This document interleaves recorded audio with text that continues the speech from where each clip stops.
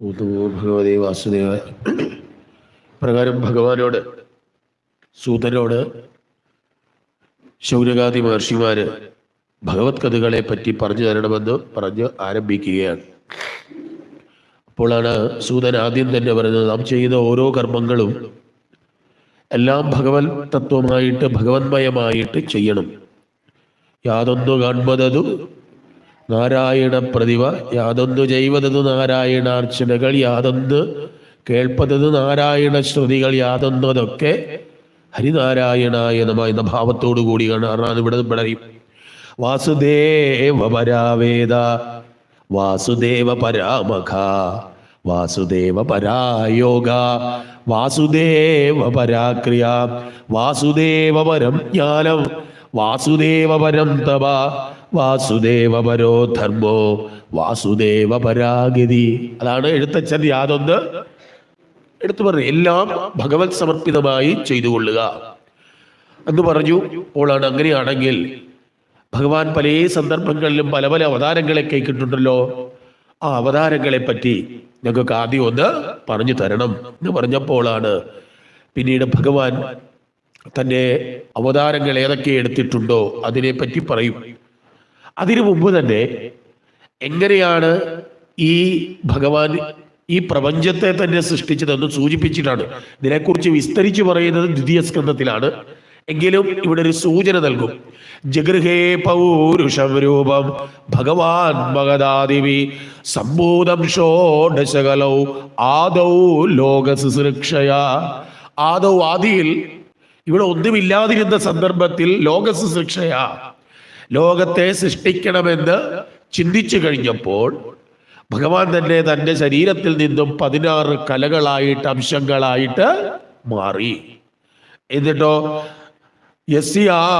അങ്ങനെയുള്ള 16 കലകളായിട്ട് മാറിയ ആ ഭഗവാന്റെ അംബസി ശയാനസ്യ, അങ്ങനെ ആ പ്രളയജലത്തിൽ കിടക്കുന്നവനായിരിക്കുന്ന ഭഗവാന്റെ എങ്ങനെ യോഗനിദ്രാം വിതന്വതഃ, യോഗനിദ്രയിൽ പ്രവേശിക്കുന്നവനായ അല്ലെങ്കിൽ പ്രവേശിച്ചിരിക്കുന്നവനായ ഭഗവാന്റെ നാഭി കൃതാംബുജാദാസീത്, ആ നാഭീപത്മത്തിൽ നിന്നുമാണ് എന്ത് ബ്രഹ്മാ വിശ്വസൃജാപതി. ബ്രഹ്മാവ് ആരുടെ? ഈ ലോകത്തിന്റെ തന്നെ സൃഷ്ടികർത്താവായിരിക്കുന്ന ബ്രഹ്മദേവൻ ആ ഭഗവാന്റെ നാഭീപത്മത്തിൽ നിന്നുമാണ് സൃഷ്ടിക്കപ്പെട്ടത്. യസ്യ അവയവ സംസ്ഥാനെ കൽപ്പിതോ ലോകവിദ്രുമ. ഇതൊരു വിശ്വമാകുന്ന മഹാതാമര. അങ്ങനെയുള്ള ആ താമര ഭഗവാനിൽ നിന്നുമുണ്ടായി. എന്നിട്ടോ ആ ഏത് നാഭിയിൽ നിന്നുമാണോ ഉണ്ടായിരിക്കുന്നത് ആ ഭഗവാന്റെ ഓരോരോ അവയവങ്ങളെയും കൽപ്പിച്ചോണം. ഏത്? ഈ ലോകത്തിലെ പ്രപഞ്ചത്തിലെ സകല വിഷയങ്ങളെയും. അതാണ് നാരായണീയം വായിച്ചിട്ടുണ്ടോ? ഉണ്ടോ? 6ാമത്തെ ദശകം പറയും. ഏതം ഏതാണ് 6ാമത്തെ ദശകം തുടങ്ങുന്ന ശ്ലോകം? എന്നാ ഓർക്കുന്നില്ല, അറിയാം, എപ്പോഴോ വിട്ടുപോയി. ഏവം അത് ചൊല്ലിക്കേ. ഏവം ചതുർദശ ജഗന്മയതാംഗ്യദസ്യ ആണോ? അത് തന്നെ. അങ്ങനെയുള്ള ഭഗവാന്റെ ശരീരത്തെ 14ആയിട്ട് വിഭജിച്ചിട്ടാണ് ഊർധ്വലോകങ്ങളായിരിക്കുന്ന 6 ലോകങ്ങളും ഭൂമിയും താഴെയുള്ള 7 ലോകങ്ങളും. അതാണ് ഇതില് ഗായത്രി സഹസ്രനാമത്തിൽ ഒരു മന്ത്രം ആരംഭിക്കുമ്പോൾ എങ്ങനെയാ തുടങ്ങുക? ഓം ഭൂഹു ഭുവഃ സ്വഹ എന്നൊരു വാക്കുണ്ട്. ഓം ഭൂർഭുവ സ്വഹ. പദം പിരിക്കുമ്പോൾ ഭൂഹു ഭുവഃ സ്വഹ. ഭൂമി, ഇത് ഭൂ എന്ന് പറഞ്ഞാൽ ഭൂമി. ഭൂമിക്ക് മുകളിൽ ഭുവഃ, ഭുവഃ. താഴെയുള്ളത് സ്വഹ, സ്വർഗം തുടങ്ങിയ ലോകങ്ങൾ. അപ്പൊ താഴെ 7, ഇടയ്ക്കൊന്ന് ഭൂമി 8, മുകളിൽ 6. 8 6 14. അതായിരിക്കും 6ാമത്തെ ദശകത്തിൽ ഭട്ടതിരിപ്പാട് വെച്ചിരിക്കുന്ന. എണ്ണി നോക്കിയാൽ 7 14 ലോകങ്ങൾ. ആ ലോകങ്ങളൊക്കെ എന്താന്നാ പറയുക? അവിടെ പറയും ഭഗവാന്റെ 2 നെരിയാണികളെന്നാണ് പറയാം. ഒന്ന് പാദതലം രസാതലം എന്താ പറയാ അല്ലേ? അതിന്റെ കാൽഭാഗത്തിന്റെ മേൽഭാഗത്തെ പറയുന്നത് ഏത് ആകെ ലോകമാണ്? അതലം, വിതലം, സുതലം, തലാതലം, മഹാതലം, രസാതലം, പാതാളം എന്ന് പറയുന്ന ഈ ലോകങ്ങളെ അവിടെ കൊണ്ട് കൽപ്പിച്ചു. അതാ ഇവിടെയും തന്നെ പറഞ്ഞത് എന്താ? യസ്യ അവയവ സംസ്ഥാനേ കൽപ്പിതോ ലോകവിസ്തൃത തദ്വൈ ഭഗവതോ രൂപം വിശുദ്ധം സത്വമൂർച്ഛിതം. അങ്ങനെയാണെങ്കിൽ ഭഗവാന്റെ രൂപമാണ് ഈ കാണുന്ന ഈ പ്രപഞ്ചം. ഇതിന് പറയുന്നത് സ്ഥൂല രൂപം എന്ന് പറയും. ഈ സ്ഥൂല രൂപത്തിൽ കാണുന്നത് തന്നെയാണ് ഭഗവാന്റെ രൂപം. എന്നിട്ടോ ഈ ഭഗവാൻ തന്നെ ഏതനാവതാരാണാം നിദാനം ബീജം അവ്യയം യസ്യാംശേന സൃജ്യന്തേ ദേവതിര്യൻ നരാദയ. എന്നിട്ട് ഈ പറയുന്ന ഭഗവാന്റെ ഓരോരോ അവയവങ്ങളിലെ അംശങ്ങളിൽ നിന്നുമാണ് ദേവ തിര്യക്ക് നരാദയ, ദേവന്മാര്, തിര്യക്കുകള്, ജന്തുക്കള്, അതിൽ പക്ഷികളും വരും, എല്ലാം വരും. പിന്നെ നരാദയ, മനുഷ്യരുമൊക്കെ ഇങ്ങനെയാണ് സൃഷ്ടിക്കപ്പെട്ട്. ആ കൂട്ടത്തിൽ ആ ഭഗവാന്റെ ആദ്യത്തെ അവതാരം എന്ന് പറയുന്നത് ഏതാ? ഭഗവാന്റെ ആദ്യത്തെ അവതാരം അയ്യോ അല്ല, 24 അവതാരങ്ങളാണ് പ്രധാനമായിട്ടുള്ളത്. അതിലെ ഒന്നാമത്തെ അവതാരം ഏതാണ്?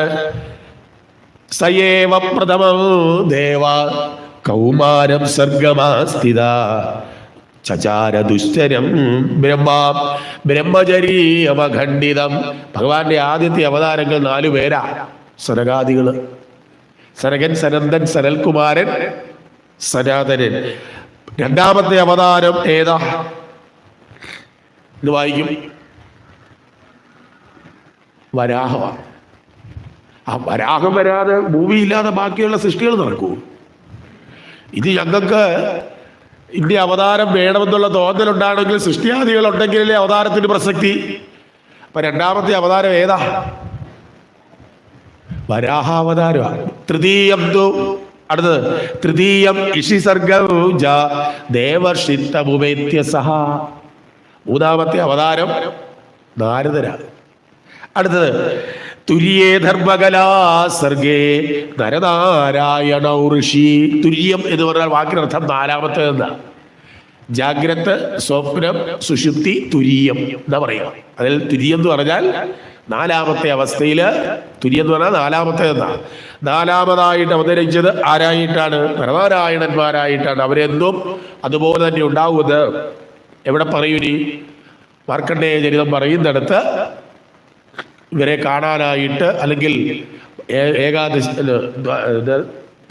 ദശമസ്കന്ധത്തില് 87-ാമത്തെ അധ്യായമുണ്ട്. വളരെ പ്രസിദ്ധമാണ് വേദസ്തുതി. ആ വേദസ്തുതി നടക്കുന്നിടത്ത് വെച്ച് നരനാരായണന്മാരെ പറ്റി സൂചിപ്പിക്കും. അപ്പോൾ അവർ പണ്ടേ ഉള്ളവരാണ്, ഇന്നും എവിടെ ഉണ്ടെന്ന സങ്കല്പം.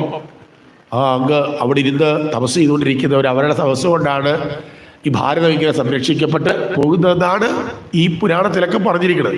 ഏതായാലും അവരാണ് തരം. അങ്ങനെ പറഞ്ഞ് ആറാമതായിട്ട് ഷഷ്ടേ അത്രേരവത്യം തു പ്രാപ്തോ അനസൂയയാ. ആറാമതായിട്ട് ഭഗവാൻ അവതരിച്ചത് അത്രിയുടെയും അനസൂയയുടെയും പുത്രനായിട്ട്. ആരാ?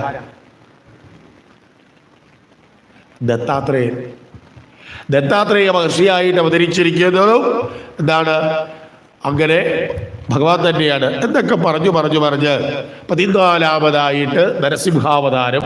ഇങ്ങനെ എല്ലാം പറയുന്നില്ല, ഇങ്ങനെ ഓരോരോ അവതാരങ്ങള് പറഞ്ഞിട്ട് 15-ാമതായിട്ട് വാമനൻ. അതേപോലെ തന്നെ എന്താണ്? അവതാരോ ഷോഡശമേ പശ്യൻ ബ്രഹ്മദ്രുഗോദ്രവാൻ ത്രിസപ്തകൃത്ത കുവിതോ ദിക്ഷത്രാമകരോന്മകീം. 16-ാമതായിട്ട് എന്താ ചെയ്തത്? ഭഗവാൻ ആരായിട്ട്? ഏത് രാമൻ? പരശുരാമനായിട്ട് സപ്തകൃത്വ. ത്രീ എന്ന് പറഞ്ഞാൽ 3, സപ്തം 7, 3 × 7 21 പ്രാവശ്യം ക്ഷത്രിയന്മാരെ ഇല്ലാതാക്കിയത് എന്ന് പറഞ്ഞാൽ ബലരാമൻ അർത്ഥം. ത്രിസപ്തകൃത്വ കുപിതോ നക്ഷത്രാമകരോന്മകി തദ സപ്തദശേ ജാത സത്യവത്യാം പരാശരാത് ചക്രേ ദേവതരോ ശാഖ വീര്യാൻ സക്രേ വീരവരോ ശാഖ ദൃഷ്ട്വാ പുംസോൽപമേധസ. അല്പബുദ്ധികളായിരിക്കുന്ന ആളുകളുടെ ബുദ്ധിയെ ഉയർത്തുന്നതിന് വേണ്ടിയിട്ട് ആരായിട്ട് 17-ാമതായിട്ട് ആരായിട്ട് അവതരിച്ചത്? സാക്ഷാൽ വേദവ്യാസനായിട്ട്. ആര് തന്നെ അവതരിച്ചത്? അതാണ് കൃഷ്ണ ദ്വൈപായനൻ എന്ന പേര് വന്നത് അതുകൊണ്ടാണ്. അതും ഭഗവാന്റെ തന്നെ അവതാരമാണ്. അതേപോലെ തന്നെ നരദേവത്വമാവന്റെ സുരകാര്യചീർഷയ സമുദ്ര നിഗ്രഹാദീനി ചക്രേ വീര്യാണ്യപരം. സമുദ്ര നിഗ്രഹം സേതുബന്ധനം നടത്തി ആര്? രാമനായിട്ട് 18. പിന്നെ ഏകോനവിംശേ വിംശതിശേ വൃഷ്ണിഷു പ്രാപ്യ ജന്മനി രാമകൃഷ്ണവും ഇതി ഭുവോ ഭഗവാനഹരത്. എത്രാമത്തെ അവതാരം ഭഗവാന്റെ? 19ഉം 20ഉമാണ്. ആര്? ബലരാമനും ശ്രീകൃഷ്ണനും. നമ്മൾ ധരിച്ചു വെച്ചിരിക്കുന്നത് അങ്ങനെ ആകെ 10 ഉള്ളൂ. എന്താണ് അങ്ങനെയല്ല ഇവിടെ പറയണത്. എന്നിട്ടോ ഇവിടെ 2 കാര്യങ്ങളിൽ പറയുന്നുണ്ട്. എന്താണ്? തദക്കലൗ സംവൃത്തേ സംഭോഗായ സുരദിശ മുഗ്ധോ നാംരാജനസുത കീകടേഷു ഭവിഷ്യതി. പിന്നെ പറയാണ് എപ്പോഴാണ് കലിയുഗം ആരംഭിക്കുന്നത്? അപ്പോൾ ഈ ഭാഗവതം എഴുതുമ്പം എന്ത് യുഗമായിട്ടില്ല, അതാ ആലോചിക്കേണ്ടത്. ദ്വാപരയുഗത്തിലാണ് ഏതെഴുതുക? പറഞ്ഞു, ഇന്നലെ ഞാൻ പറഞ്ഞു, ഓരോ ചതുർയുഗത്തിൻ്റെയും ഓരോ ദ്വാപരയുഗങ്ങളിലും ആരവതരിക്കും? വ്യാസൻ അവതരിക്കും എന്ന് പറഞ്ഞു. അവിടെ വെച്ച് പുരാണങ്ങളുടെ രചന നടക്കും. അപ്പൊ ഭാഗവത പുരാണം എഴുതുന്ന സമയത്ത് കലിയുടെ ആവിർഭാവം തുടങ്ങിയിട്ടേ ഉള്ളൂ. പരീക്ഷത്തിന് ഉപദേശിച്ചു കൊടുത്തെങ്കിലും ഭാഗവതം എഴുതപ്പെട്ടതിന് മുമ്പാണ്. അതുകൊണ്ട് ദ്വാപരയിൽ എഴുതി. ആ സമയത്ത് കലിയുഗം ആരംഭിക്കാത്തതുകൊണ്ട് ഇവിടെ പറഞ്ഞത് ഏതാണ്? കലിയുഗത്തിൽ ബുദ്ധനെന്ന പേരിൽ കീകടേഷു കപിലവസ്തുവിൽ ജനിക്കും എന്നാ പറഞ്ഞത്. ഭാവികാലമാണ് പറഞ്ഞത്. കീകടേഷു ഭവിഷ്യതി. അപ്പോ ഭാഗവതം എഴുതുമ്പോൾ ഏതവതാരമില്ല? ബുദ്ധനെന്നുള്ള അവതാരമില്ല. ഇപ്പോഴോ? ഇപ്പൊ കാലം ഇത്രയായി, 2025 അപ്പൊ നമ്മൾ കലിയുഗത്തിന്റെ ഇങ്ങേ അറ്റത്ത് വന്നു. അപ്പോഴത്തേക്ക് അവിടെ അവതരിച്ചു. അതേപോലെ തന്നെ ശമ്പളഗ്രാമ മുഖ്യസ്യ, ശമ്പളഗ്രാമന്റെ ആ ഗ്രാമവും തലവന്റെ എന്താണ് പുത്രനായിട്ട് ഇവിടെ ഭഗവാൻ അവതരിക്കും. അപ്പൊ കലി അവതരിച്ചിട്ടില്ല. ഈ ശമ്പളഗ്രാമം എന്ന് പറഞ്ഞാൽ ഏതാണെന്ന് അറിയാവോ? ഇയാളൊരു പ്രശ്നം ഉണ്ടായില്ലേ ഉത്തർപ്രദേശില്? സംഭാല് തന്നെയാണ് ഏത്? ശമ്പളഗ്രാമം. പഴയ അന്നും അറിയപ്പെടുന്നത് അങ്ങനെയാണ്, ഇനി അറിയപ്പെടാൻ പോകുന്നത് അതാണെന്നർത്ഥം. ഏതായാലും അങ്ങനെ ഭഗവാൻ അവതരിക്കും എന്നൊക്കെ പറഞ്ഞുകൊണ്ട് ഭഗവാന്റെ 24 അവതാരങ്ങളെ പറ്റിയൊക്കെ പറഞ്ഞു. അപ്പോഴാണ് ശൗനകാദികൾ പറഞ്ഞത് അങ്ങനെയാണെങ്കിൽ ഈ ഭാഗവതം എഴുതപ്പെടാനുണ്ടായ സാഹചര്യം എന്താണ് എന്നത് പറഞ്ഞു തരണമെന്ന് പറഞ്ഞപ്പോൾ പിന്നെ ഭാഗവതത്തിൻ്റെ ആ എഴുത്തും അതേപോലെ തന്നെ ഈ ഭാഗവതം ആരൊക്കെയാണ് പഠിക്കേണ്ടത് എന്നൊക്കെ ഇവിടെ നിന്ന് സൂചിപ്പിക്കും. ഇവിടെ പറയും സ്ത്രീ ശൂദ്ര ദ്വിജബന്ധൂരാം ത്രയീത ശ്രുതിഗോചര തസ്മാത് ഭാരതം ആഖ്യാനം. എന്താണ്? ഭാരതമാഖ്യാനം കൃപയാം ലീലാകൃതം. സ്ത്രീകൾക്ക്, ശൂദ്രന്മാർക്ക്, ദ്വിജബന്ധുക്കൾക്ക് ഇവർക്കാർക്കും വേദപഠനം അന്ന് ഇല്ലായിരുന്നു. വേദം പഠിക്കാനുള്ള അവകാശം ആർക്കേ ഉള്ളായിരുന്നു? ബ്രാഹ്മണർക്ക്. അപ്പോൾ ആ ആളുകൾ ഒരു ധർമ്മവ്യവസ്ഥയും ഇല്ലാതെ ജീവിക്കുന്നത് കിട്ടുമ്പോൾ അവർക്ക് വേണ്ടിയിട്ടാണ് ഏതെഴുതിയത്? ഭാരതം എഴുതിയതെന്താ? മഹാഭാരതം. പക്ഷേ മഹാഭാരതം എഴുതിയിട്ടും ഇവര് ഏതിലേക്ക് പോയില്ല? മുക്തിയുടെ മാർഗത്തിലേക്ക് പോകാതെ കർമ്മമാർഗത്തിൽ തന്നെ വ്യാപരിക്കുന്നത് കണ്ടപ്പോൾ വീണ്ടും അവർക്ക് വേണ്ടിയിട്ടാണ് ഏതെഴുതിയത്? ഭാഗവതം. അപ്പൊ ഇത് ആരും ചിലർ പറയും ഇത് എന്താണ് സ്ത്രീകളൊന്നും ഭാഗവതം വായിച്ചുകൂടാ. എവിടെ പറഞ്ഞു? അവർക്ക് വേണ്ടിയാ ഇത് എഴുതിയതെന്താ? അങ്ങനെ ആ ഭാഗവതത്തെ പറ്റി അങ്ങനെയൊക്കെ എന്ന് പറഞ്ഞു. പിന്നീട് എങ്ങനെയാണ് ഈ ഭാഗവതം വരുവാൻ അല്ലെങ്കിൽ രചിക്കപ്പെടുവാനുണ്ടായ സാഹചര്യം ഒന്ന് പറയുകയാണ്. ഒരിക്കൽ നാരദ മഹർഷി ദേവലോകത്ത് നിന്നും ഇങ്ങനെ പോവുകയാണ്. അങ്ങനെ സഞ്ചരിച്ച് പോകുമ്പോഴാണ് ഈ സരസ്വതി നദിയുടെ ആശ്രമത്തിൽ യാദൃച്ഛ്യമായിട്ടെത്തി. എവിടെയാ? അവിടെയാണ് സാക്ഷാൽ വ്യാസമഹർഷിയുടെ ആശ്രമം. ശബ്യാപ്രാസം എന്നാണ് അതിൻ്റെ പേര്. ഈ ശബ്യാപ്രാസം എന്ന സ്ഥലത്ത് ചെന്നപ്പോൾ അവിടെ ആരിരിപ്പുണ്ട്? വ്യാസൻ ഇരിപ്പുണ്ട്. പക്ഷേ നമ്മൾ മാഹാത്മ്യം പറഞ്ഞപ്പോൾ പറഞ്ഞില്ലേ, കഥം ബ്രഹ്മീരമുഖ കുതശ്ചിന്താതുരോഭവാൻ. ആരാ? നാരദരെ കണ്ടപ്പോൾ സനകാദികൾ പണ്ട് ചോദിച്ചതാ അതേ ചോദ്യം ഇങ്ങനെ വേറൊരാളോട് ചോദിക്കുക. എന്താണ്? ഇവിടെ വിളിച്ചപ്പോൾ ഒരു ശകലം വ്യത്യാസം ചെയ്തു. അവിടെ ബ്രഹ്മൻ, ഇവിടെ വിളിച്ചത് അങ്ങനെയല്ല. പാരാശര്യ മഹാഭാഗ ഭവതക്കച്ചിതാത്മര. വിളിച്ച പേരെങ്ങനെയാ? വ്യാസനെ വിളിച്ചത് പാരാശര്യ എന്നാണ്. വ്യാസാന്ന് വിളിച്ചാൽ പിന്നെ എന്തിനാ ഇങ്ങനെ വിളിച്ചത്? അങ്ങനെ ആരെങ്കിലും വിളിക്കാറുണ്ടോ? വ്യാസന്റെ അച്ഛന്റെ പേരാ പരാശരൻ. പരാശരന്റെ മോനെന്താ പാരാശരി എന്ന അർത്ഥം. വസുദേവരുടെ പുത്രൻ വാസുദേവൻ. നാരായണനെ സംബന്ധിച്ചത് നാരായണീയം, ഭഗവാനെ സംബന്ധിച്ചത് ഭാഗവതം. അങ്ങനെ അർത്ഥം എടുക്കുക. അങ്ങനെയാണെങ്കിൽ പരാശരനെ സംബന്ധിച്ചത് പാരാശര്യൻ അങ്ങനെ വിളിക്കേണ്ട കാര്യമുണ്ട്. നമ്മുടെ വീട്ടിൽ ആരെങ്കിലും പിള്ളേര് സിറ്റ് ഔട്ട് ഇരിക്കുമ്പം അയലോക്കക്കാര് പോവുക, വിളിക്കുക വാസുദേവ പിള്ളയുടെ മോനെ എന്നാരെങ്കിലും വിളിക്കാറുണ്ടോ? പക്ഷെ ഇവിടെ വിളിച്ചത് എങ്ങനെയാ? എന്തിനങ്ങനെ വിളിപ്പിച്ചത്? കാരണം അദ്ദേഹം ആകപ്പാടെ ദുഃഖിതനായിട്ടിരിക്കുക. അതുകൊണ്ടൊന്ന് പരിഹസിച്ചതാണ്. പരാശര്യ, നീ ആരുടെ മോനാ? സാക്ഷാൽ പരാശരന്റെ മകനാണ്. നീ ഇങ്ങനെ ദുഃഖിച്ചിരിക്കേണ്ടവൻ അല്ല. കാരണം നിന്റെ അച്ഛൻ ആരാ? ആ പരാശരന. നിന്റെ സൃഷ്ടിയുടെ സമയത്ത് പോലും ഈ തരത്തിലുള്ള ദുഃഖമൊന്നും ആർക്കില്ലായിരുന്നു. പണ്ട് കടന്നപ്പോഴല്ലേ ആരെ കണ്ടത്? സത്യവതിയെ കണ്ടതും അവിടെ വെച്ച് പ്രാപിക്കണമെന്ന് തോന്നി. അപ്പൊ പറഞ്ഞു ഇവിടെ മുഴുവൻ തുറന്ന സ്ഥലമാ, അതിനൊക്കെയുള്ള പരിഹാരം അന്നേരം ആര് കണ്ടു?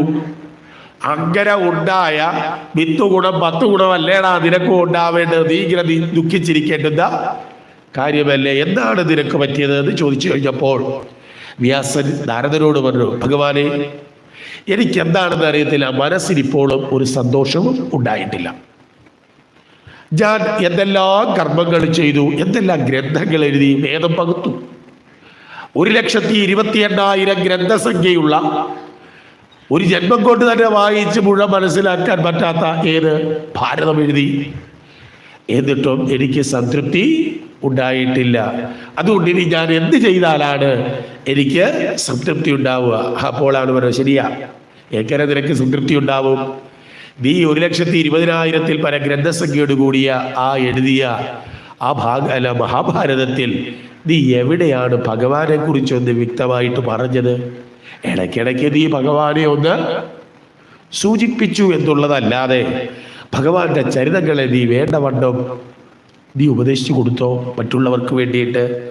അതുകൊണ്ട് നിന്റെ ഈ മഹാഭാരതമുണ്ടല്ലോ, അത് യോഗ്യന്മാരൊന്നും വായിക്കത്തില്ല. കാരണം അതെന്താ?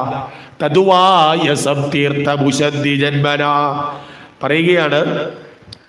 നയത്വചിത്രപദമുഖരേശോ ജഗത് പവിത്രം പ്രകൃതീതകരിജി തദ്വായ സംതീർത്ഥമുശന്തി മാനസ നയത്ര ഗംസാം നിരവധി ശിക്ഷയാഹ.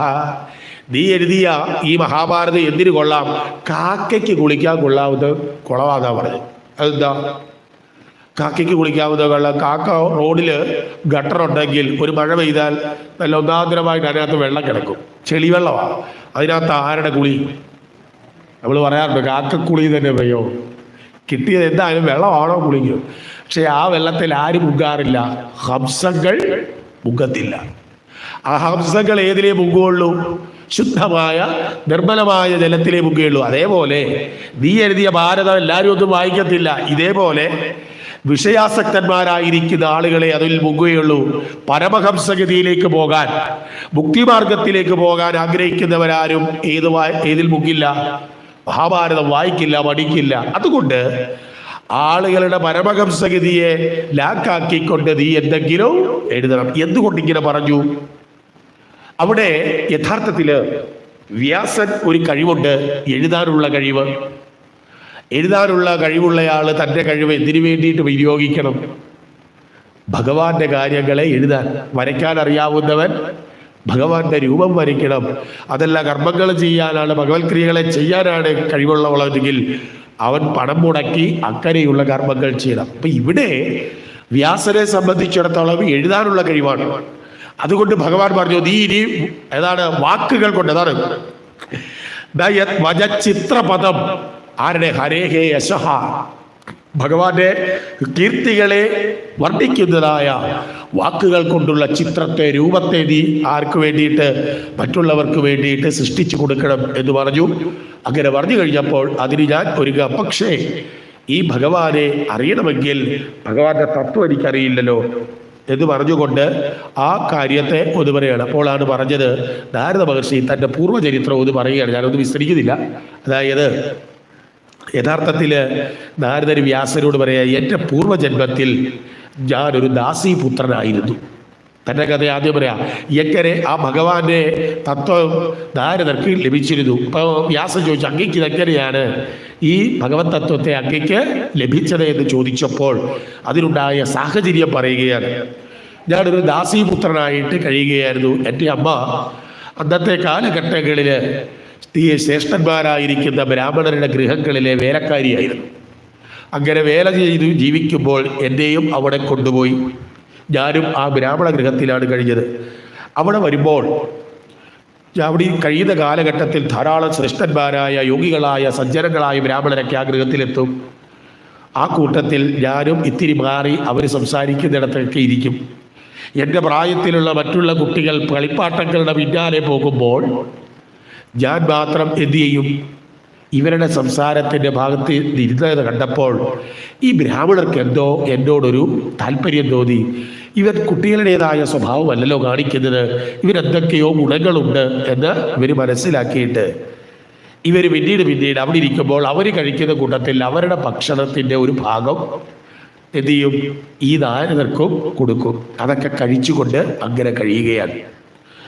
അങ്ങനെ ഇരുന്നപ്പോഴാണ് ഒരു ദിവസം നാരദരുടെ ആദ്യത്തെ ജന്മത്തിലെ നാരദരുടെ ആ അമ്മ ഒരു ദിവസം രാത്രിയിലോ സന്ധ്യയ്ക്കോ സമയത്ത് പശുവിനെ കറക്കുവാനായിട്ട് വെളിയിലേക്ക് ഇറങ്ങി. ആ സമയത്തൊരു സർപ്പം ദംശിച്ച് നാരദരുടെ അമ്മ മരിക്കുകയാണ്.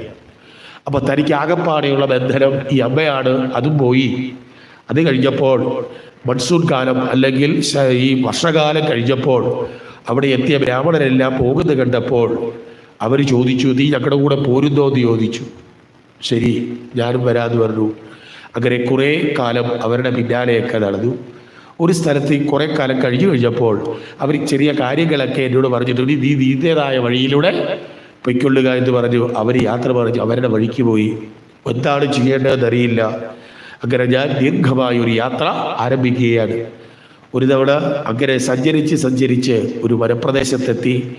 ക്ഷീണം കൊണ്ടെല്ലാം ആകപ്പാടെ ബുദ്ധിമുട്ടിയ നാരദർ പറയുകയാണ്, ഞാൻ അവിടെ കണ്ട ഒരു പൊയ്കയിലിറങ്ങി എൻ്റെ കാലും മുഖമൊക്കെ കഴുകി ആവശ്യത്തിന് വെള്ളവും എല്ലാം കുടിച്ചു കഴിഞ്ഞു. ഒരു സമയം ഞാൻ എന്തു ചെയ്തു, ആ ഭാഗത്തോന്ന് ഭഗവാനെ ധ്യാനിച്ചുകൊണ്ട് അവിടെ ഇരുന്നു. അല്പം കഴിഞ്ഞപ്പോൾ എൻ്റെ ഉള്ളിൽ വൈകുണ്ഠം ഞാൻ ദർശിക്കുകയാണ്. ഒറ്റ നിമിഷം കൊണ്ട് ഭഗവാന്റെ രൂപം കണ്ടു, തൊഴുതു, ഭഗവാനോട് പ്രാർത്ഥിച്ചു. അവിടെ വെച്ച് ഭഗവാൻ തൻ്റെ തത്വം എന്താണെന്ന് ആർക്ക് പറഞ്ഞു കൊടുത്തു? നാരദർക്ക് പറഞ്ഞു കൊടുത്തു. എന്നിട്ട് ഭഗവാൻ പറഞ്ഞു, പിന്നെ പോകുന്ന ഞാൻ പല സമയത്തും തപസ് ചെയ്തിട്ടും എനിക്ക് ആ രൂപത്തെ പിന്നീട് ഒരിക്കലും കാണാൻ സാധിച്ചിട്ടില്ല. അന്ന് അവിടെ വെച്ച് ഉപദേശിച്ചു തന്ന ആ ഭഗവത് തത്വം ആർക്ക് ഉപദേശിച്ചു തരാം? നിനക്ക് ഉപദേശിച്ചു തരാം എന്ന് പറഞ്ഞുകൊണ്ട് അവിടെ വെച്ച് ഭഗവാൻ തത്വം എന്താണെന്ന് ആർക്ക് ഉപദേശിച്ചു കൊടുത്തു? വ്യാസന് ഉപദേശിച്ചു കൊടുത്തു. എന്നിട്ട് പറഞ്ഞു, ഇതിനെ നീ വിപുലീകരിച്ച് എഴുതാൻ പറഞ്ഞു. അങ്ങനെ ഈ ഭഗവത് തത്വത്തെ ലഭിച്ചു കഴിഞ്ഞപ്പോൾ എന്ത് ചെയ്തു? ഈ നാരദര് അവിടെ നിന്നും തൻ്റെ വീണയും വീട്ടിക്കൊണ്ട് അവിടെ നിന്നും പോയി. അപ്പോഴാണ് ശൗനകൻ ചോദിച്ചാട്ടെ, അങ്ങ് പറഞ്ഞു നാരദ മഹർഷി ഈ ഭഗവത് തത്വം എന്താണെന്ന് വ്യാസന് ഉപദേശിച്ചു കൊടുത്തിട്ട് പിന്നെ എന്താണ് സംഭവിച്ചത്? പറഞ്ഞു, നിർഗതേ നാരദേ സൂത ഭഗവാൻ ബാദരായണ ശ്രുതവാൻ തതിപ്രേതം തദക്കിമകരോ വിഭൂ. നാരദർ പൊയ്ക്കഴിഞ്ഞപ്പോൾ ബാദരായണനായിരിക്കുന്ന വ്യാസൻ അതിനുശേഷം പിന്നീട് എന്ത് ചെയ്ത എഴുതുന്നത്? ഇപ്പൊ പറഞ്ഞു, ബ്രഹ്മനദ്യാം സരസ്വത്യാം ആശ്രമം പശ്ചിമേതടേ. സരസ്വതി നദിയുടെ പടിഞ്ഞാറെ തീരത്തിൽ ശമ്യാപ്രാസ ഇതി പ്രോക്ത. ശമ്യാപ്രാസം എന്ന് പറയപ്പെടുന്നതായ ഋഷീണ സത്രവർദ്ധന ഋഷിമാരെല്ലാം കൂടുന്ന സത്രസഭയിൽ ചെന്നുകൊണ്ട് എന്ത് ചെയ്തു? അവിടെ ഇരുന്നു കൊണ്ട് എന്ത് ചെയ്യുകയാണ്? ഈ ഭാഗവതം അങ്ങോട്ട് എഴുതാൻ തുടങ്ങി. അങ്ങനെ ആ ഭാഗവതം പൂർണ്ണമായിട്ട് എഴുതി കഴിഞ്ഞപ്പോൾ തൻ്റെ പുത്രനായിരിക്കുന്ന ശുകനെ ഇത് പഠിപ്പിച്ചു. അപ്പോഴാണ് ശൗനകാദികൾ ചോദിച്ചത്, ശുകരെ പഠിപ്പിച്ചതോ? ശുകർ ഇതൊന്നും പഠിക്കേണ്ട കാര്യമുള്ള ആളല്ലല്ലോ. കാരണം ഈ അച്ഛനേക്കായാലും ഉയർന്ന നിലയിലെത്തിയവനാണ് ആര്? ശുഗബ്രഹ്മർഷി. അപ്പൊ പിന്നെ വ്യാസൻ എഴുതിയ കാര്യങ്ങൾ പഠിക്കേണ്ട കാര്യമുണ്ടോ? പഠിക്കണം. കാര്യം എന്താ? വ്യാസനെല്ലാം എഴുതി വെച്ചിട്ടേ ഉള്ളൂ, ഒന്നും ജീവിതത്തിൽ എന്താക്കിയിട്ടില്ല, പ്രാബല്യത്തിൽ കൊണ്ടുവന്നിട്ടില്ല. എല്ലാം കൃത്യമായിട്ട് എഴുതി. പക്ഷേ ശുഗനതല്ല. ഈ വ്യാസൻ എഴുതിയ എന്താണോ അതെല്ലാം പഠിച്ചിട്ട് സ്വന്തം ജീവിതത്തിൽ അതേപോലെ അതാണ് ആര് തമ്മിൽ വ്യത്യാസം? വ്യാസനും ശുഗനും തമ്മിലുള്ള വ്യത്യാസം. കാരണം ഈ അയോനിജനായി പിറന്നവനാണ്, ഒരു അമ്മയിൽ നിന്ന് ഉണ്ടായവനല്ല ആര്? ശുഗബ്രഹ്മർഷി. അതിന് പേര് പറഞ്ഞ അയോനിജൻ. കാരണം വളരെ കാലം വ്യാസൻ തനിക്കൊരു സന്താനം ഉണ്ടാകണമെന്ന് ആഗ്രഹിച്ചിരിക്കുമ്പോഴാണ് ദേവീഭാഗവത്തിൽ പറയും, അതിവിടെ അല്ല കഥ പറയുക, ഒരു പുത്രൻ ഉണ്ടാകണമെന്നുള്ള ആഗ്രഹത്തോടുകൂടി യാഗം നടത്തുമ്പോൾ സമീപത്തുള്ള ഒരു വൃക്ഷത്തിൽ ഒരു അപ്സരസ് വന്നിരുന്നു. ആ അപ്സരസിനെ കണ്ടു കഴിഞ്ഞപ്പോൾ അതിസുന്ദരിയായ തനിക്ക് വിവാഹം കഴിക്കണമെന്ന് ഒരു ആഗ്രഹം ഉണ്ടായപ്പോൾ അപ്പോൾ തന്നെ അപ്സരസ് ഇത് മനസ്സിലാക്കി അവിടെ നിന്നും ഒരു തത്തയുടെ രൂപത്തിൽ അവിടെ നിന്നും പറന്നുപോയിതാണ്. അപ്പോഴേക്കും ഇവളെ കണ്ട കാമാസക്തി കൊണ്ട് ഈ വ്യാസന്റെ രേതസ് സ്ഖലിച്ചു. ആ രേതസ് ആ യാഗം നടക്കുന്ന അഗ്നിയിലേക്ക് വീഴുകയാണ്. അങ്ങനെ യാഗാഗ്നിയിൽ നിന്നുമാണ് ആര് ഉണ്ടാവുന്നത്? ശുഗൻ. അതുകൊണ്ട് അമ്മയില്ലാതെ ഉണ്ടായവനാണ്. പക്ഷേ ആരുടെ പൂർണ്ണതയുമാണ്? അച്ഛന്റെ പൂർണ്ണനുമാണ്.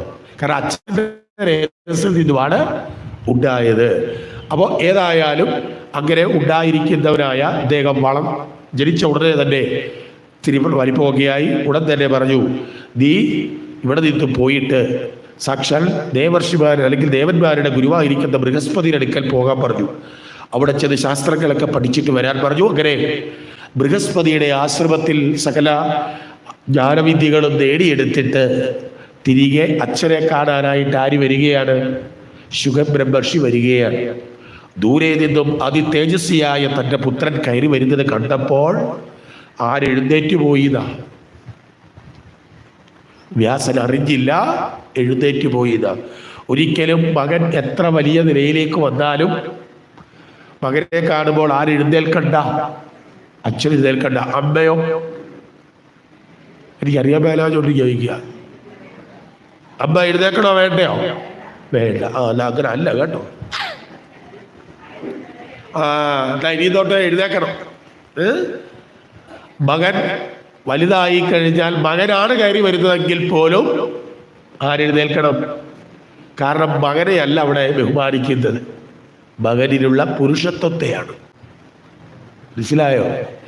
അത് മകനെന്നല്ല, വീട്ടിലേക്ക് ഒരു പിച്ചക്കാരൻ കയറി വന്നാലും അമ്മയെന്നല്ല, സ്ത്രീകൾ, അയ്യോ ഞങ്ങൾക്ക് 35% സംവരണമുണ്ട്, എഴുന്നേക്കുമല്ല, വേണ്ട, എനിക്കൊരു നിർബന്ധവുമില്ല. പക്ഷെ നമ്മളുടെ ധർമ്മവ്യവസ്ഥകൾ പഠിപ്പിച്ചിരിക്കുന്നത് പുരുഷനെ ബഹുമാനിക്കണം, അത് തന്നെയാണ്. അതുകൊണ്ട് ഭിക്ഷക്കാരനായിക്കൊള്ളട്ടെ ഗൃഹത്തിലേക്ക് വരുന്നത് സ്ത്രീകൾ ഇരുന്ന ഇരിപ്പിൽ അവിടെ ഇരിക്കാൻ ആ ആളിനെയല്ല, ആ രൂപത്തെയല്ല, അതിലുള്ള ആ ചൈതന്യത്തിനെയാണ് നമ്മൾ ബഹുമാനിക്കുന്നത്. ഏതായാലും ഈ മകനെ കണ്ടപ്പോൾ അറിയാതെ വ്യാസൻ പോലും എഴുന്നേറ്റ് പോയിന്ന്. എന്നിട്ട് ഈ അച്ഛൻ്റെ മോൻ്റെയും ഒരു ക്വാളിഫിക്കേഷൻ പറയുന്നുണ്ട്. ഒരിക്കൽ അത് ഇവിടെ പറയാൻ കാര്യം, സൂതൻ ആർക്ക് പറഞ്ഞു കൊടുക്കുക, എന്തുകൊണ്ട് ശുഗൻ എത്രയ്ക്ക് കേമനായി എന്ന് പറയുകയാണ്. ഒരിക്കൽ 16 വയസ്സോളം പ്രായമേ ഉള്ളൂ ആർക്ക്? ശുഗന്. എപ്പോഴും നടക്കുന്നത് പൂർണ്ണ നഗ്നനായിട്ട്, അവധൂതനായിട്ട്. അങ്ങനെ ഒരു ദിവസം അച്ഛനും മകനും കൂടി ഒരു യാത്ര പോവുകയാണ്. അങ്ങനെ സഞ്ചരിച്ച് അവരൊരു വനാതിർത്തിയിലുള്ള ഗ്രാമത്തിലൂടെ കടന്നു പോകുമ്പോൾ ആ സമീപത്തുള്ള ഒരു കുളത്തിൽ, ദേവസ്ത്രീകളെന്നാണ് ഇവിടെ പറഞ്ഞിരിക്കുന്നത്, അപ്സര സ്ത്രീകളാണ്. അപ്സര സ്ത്രീകളെല്ലാം ജലാശയത്തിലിറങ്ങി പൂർണ്ണ നഗ്നരായിട്ട് ഇന്ന് സ്നാനം ചെയ്യുക. അപ്പോൾ വ്യാസനാണ് ഇത്തിരി മുമ്പേ നടക്കുന്നത്. ഈ ശുഗനെ സംബന്ധിച്ചിടത്തോളം വഴിയിൽ കാണുന്ന ചെടികളോടും മൃഗങ്ങളോടും ഒക്കെ സംസാരിച്ചുകൊണ്ട് ആര് വരുന്നത്? ശുഗൻ. കാരണം എല്ലാത്തിലും ഈശ്വര ചൈതന്യം കാണുക. അതുകൊണ്ട് ഇവരോടെല്ലാം സംസാരിച്ചൊക്കെ വരുമ്പോഴത്തേക്ക് ഇത്തിരി ലേറ്റാ ആര്? ശുഗൻ. ഇങ്ങനെ പ്രായമുള്ള 95 വയസ്സുള്ള ആളാ ആര്? വ്യാസൻ. ഇങ്ങനെ ഇത്തിരി സ്പീഡിലാണ് നടന്നു പോയത്. അപ്പോഴാണ് ഈ സ്ത്രീകൾ എവിടെ നിന്ന് സ്നാനം ചെയ്യുന്നു ജലത്തിൽ. പെട്ടെന്ന് ഇവരെ കണ്ടു ആര് വരുന്നുണ്ടെന്ന്, വ്യാസൻ വരുന്നത്. ഉടൻ തന്നെ ഇവരെല്ലാവരും കൂടെ ചാടി കരയ്ക്ക് കയറി അവരുടെ വസ്ത്രമെല്ലാം ഉടുത്ത് ഭവ്യതയോടെ മാറി നിന്നു. വ്യാസൻ അവരെ നോക്കി കടന്നുപോയി. അപ്പൊ വ്യാസന്റെ ഉള്ളിൽ ഒരു സന്ദേഹം, എടാ ഈ 95 വയസ്സുള്ള എന്നെ കണ്ടപ്പോൾ ഇതിന് മാത്രം ലജ്ജിക്കേണ്ട കാര്യമല്ലോ ഉണ്ടോ? എന്താ ഇവരുടെ സ്വഭാവം എനിക്കൊന്ന് മനസ്സിലാക്കണം. ഇതിന്റെ പുറകെ ആര് വരുന്നുണ്ട്? എൻ്റെ മോൻ വരുന്നുണ്ട്. അവനെ കാണുമ്പോൾ ഇവന്മാരെന്താ ചെയ്യുന്നത് എനിക്കൊന്ന് കാണണം. അതിനിത്തിരി നടന്നിട്ട് ഒരു വൃക്ഷത്തിന്റെ മറവിൽ ആര് പാത്തു നിന്നു? വ്യാസൻ. അപ്പോൾ വീണ്ടും ഇങ്ങനെ പോയി കഴിഞ്ഞപ്പോൾ ഇവരെല്ലാവരും എന്ത് ചെയ്തു? നേരെ ആ ജലാശയത്തിൽ ഇറങ്ങി അങ്ങോട്ട് സ്നാനം ആരംഭിച്ചു. അങ്ങനെ സ്നാനം ചെയ്തുകൊണ്ടിരിക്കുമ്പോൾ വീണ്ടും ആരെത്തുകയാണ്? ശുഗരെത്തി. ശുഗരെത്തി കഴിഞ്ഞപ്പോൾ ഈ സ്ത്രീകൾ വെള്ളത്തിൽ ഇത് കയറിയതുമില്ല, വസ്ത്രമെടുത്ത് ഉടുത്തതുമില്ല, കുളി തന്നെ കുളി. ഷടാ, ഇത് എന്നെ കളിയാക്കുമല്ലായിരുന്നോ? ആര് പറയാ? വ്യാസൻ. നേരെ എല്ലാം കഴിഞ്ഞു. നേരെ വ്യാസന ഈ ഇവര് കുളിയെല്ലാം കഴിഞ്ഞ് കയറിയപ്പോൾ അവരേക്ക് വിളിച്ചു. അതെ, അതെന്തൊരു മോശമാണ് കാര്യം. 95 വയസ്സുകാരൻ ഞാൻ, 16 വയസ്സുകാരൻ അവൻ. അവർ പോയപ്പോൾ അപ്പോൾ പറഞ്ഞു, അങ്ങേക്ക് വയസ്സ് 95 ആയതേ ഉള്ളൂ, ഇപ്പോഴും മനസ്സിൽ ഏത് പോയിട്ടില്ല. മനസ്സിലായോ? അങ്ങേക്കിടെ ഉള്ളിൽ ഇപ്പോഴും ഞങ്ങൾ സ്ത്രീകളാകും, അങ്ങ് ആരാണെന്നുകൊണ്ട് പുരുഷനാണ്. ഈ ഭാവം ഉള്ളിടത്തോളം കാലം ഞങ്ങൾ ഏത് അണിഞ്ഞേ പറ്റൂ? വസ്ത്രം. പക്ഷെ അങ്ങയുടെ മകനുണ്ടല്ലോ, ആര്? അങ്ങേർക്ക് പുരുഷനുമില്ല, സ്ത്രീയുമില്ല, മനുഷ്യനുമില്ല, മൃഗവുമെല്ലാം, സർവം ഏതാ? ഏകമയം. അപ്പൊ പിന്നെ ഞങ്ങൾ എന്തുടുക്കേണ്ട കാര്യമില്ല. ഇതാണ് അച്ഛനും മകനും തമ്മിലുള്ള അന്തരം. അപ്പൊ രൂപമല്ല, പ്രായവുമല്ല ഈ ചിന്തയ്ക്ക് അടിസ്ഥാനം, മനസ്സിനെ ആ പരുവത്തിലേക്ക് കൊണ്ടുവരിക എന്നുള്ളതാണ്. അതിലാര് മുമ്പിലാണ്? മകൻ ആരെക്കാൾ? അച്ഛനേക്കാൾ മുൻപിലാണ്. അതുകൊണ്ടാണ് ഇവർ ചോദിച്ചത്, ഇത്രയും വിഷയലംബനായിരിക്കുന്ന, വിഷയാസക്തനായിരിക്കുന്ന ഈ വ്യാസൻ എഴുതിയ കാര്യങ്ങൾ ശുഗന് പഠിക്കേണ്ടതായിട്ട് ഉണ്ടോ? ഇത് ചോദ്യം അതാണ്. അപ്പൊ പറഞ്ഞു, എത്ര വിഷയ മുക്തനാണെങ്കിലും അവരെല്ലാവരും ഏത് പഠിച്ചിരിക്കണം? ഭാഗവതം പഠിച്ചിരിക്കണം എന്ന് പറഞ്ഞു. അങ്ങനെ ആ ഭാഗവതം അവിടെ വെച്ച് പറഞ്ഞു, വ്യക്തമായിട്ട് എഴുതിയിട്ട് ഇത് ശുഗനെ പഠിപ്പിച്ചു. എന്നിട്ട് ഈ ശുഗബ്രഹ്മർഷി താൻ പഠിച്ച ഭാഗവതം പ്രായോപവേശം ചെയ്തുകൊണ്ടിരിക്കുന്നതായ പരീക്ഷിത്ത് മഹാരാജാവിന് ഉപദേശിച്ചു കൊടുത്തു. ഇത് കേട്ടപ്പോൾ ശൗനകാദികൾക്ക് അതേ ചോദ്യമായി, പരീക്ഷിത്തോ? അതാരാ? നമുക്കിപ്പോ പരീക്ഷിത്ത് എന്ന് പറഞ്ഞാൽ അറിയാം. ആരാ പരീക്ഷിത്?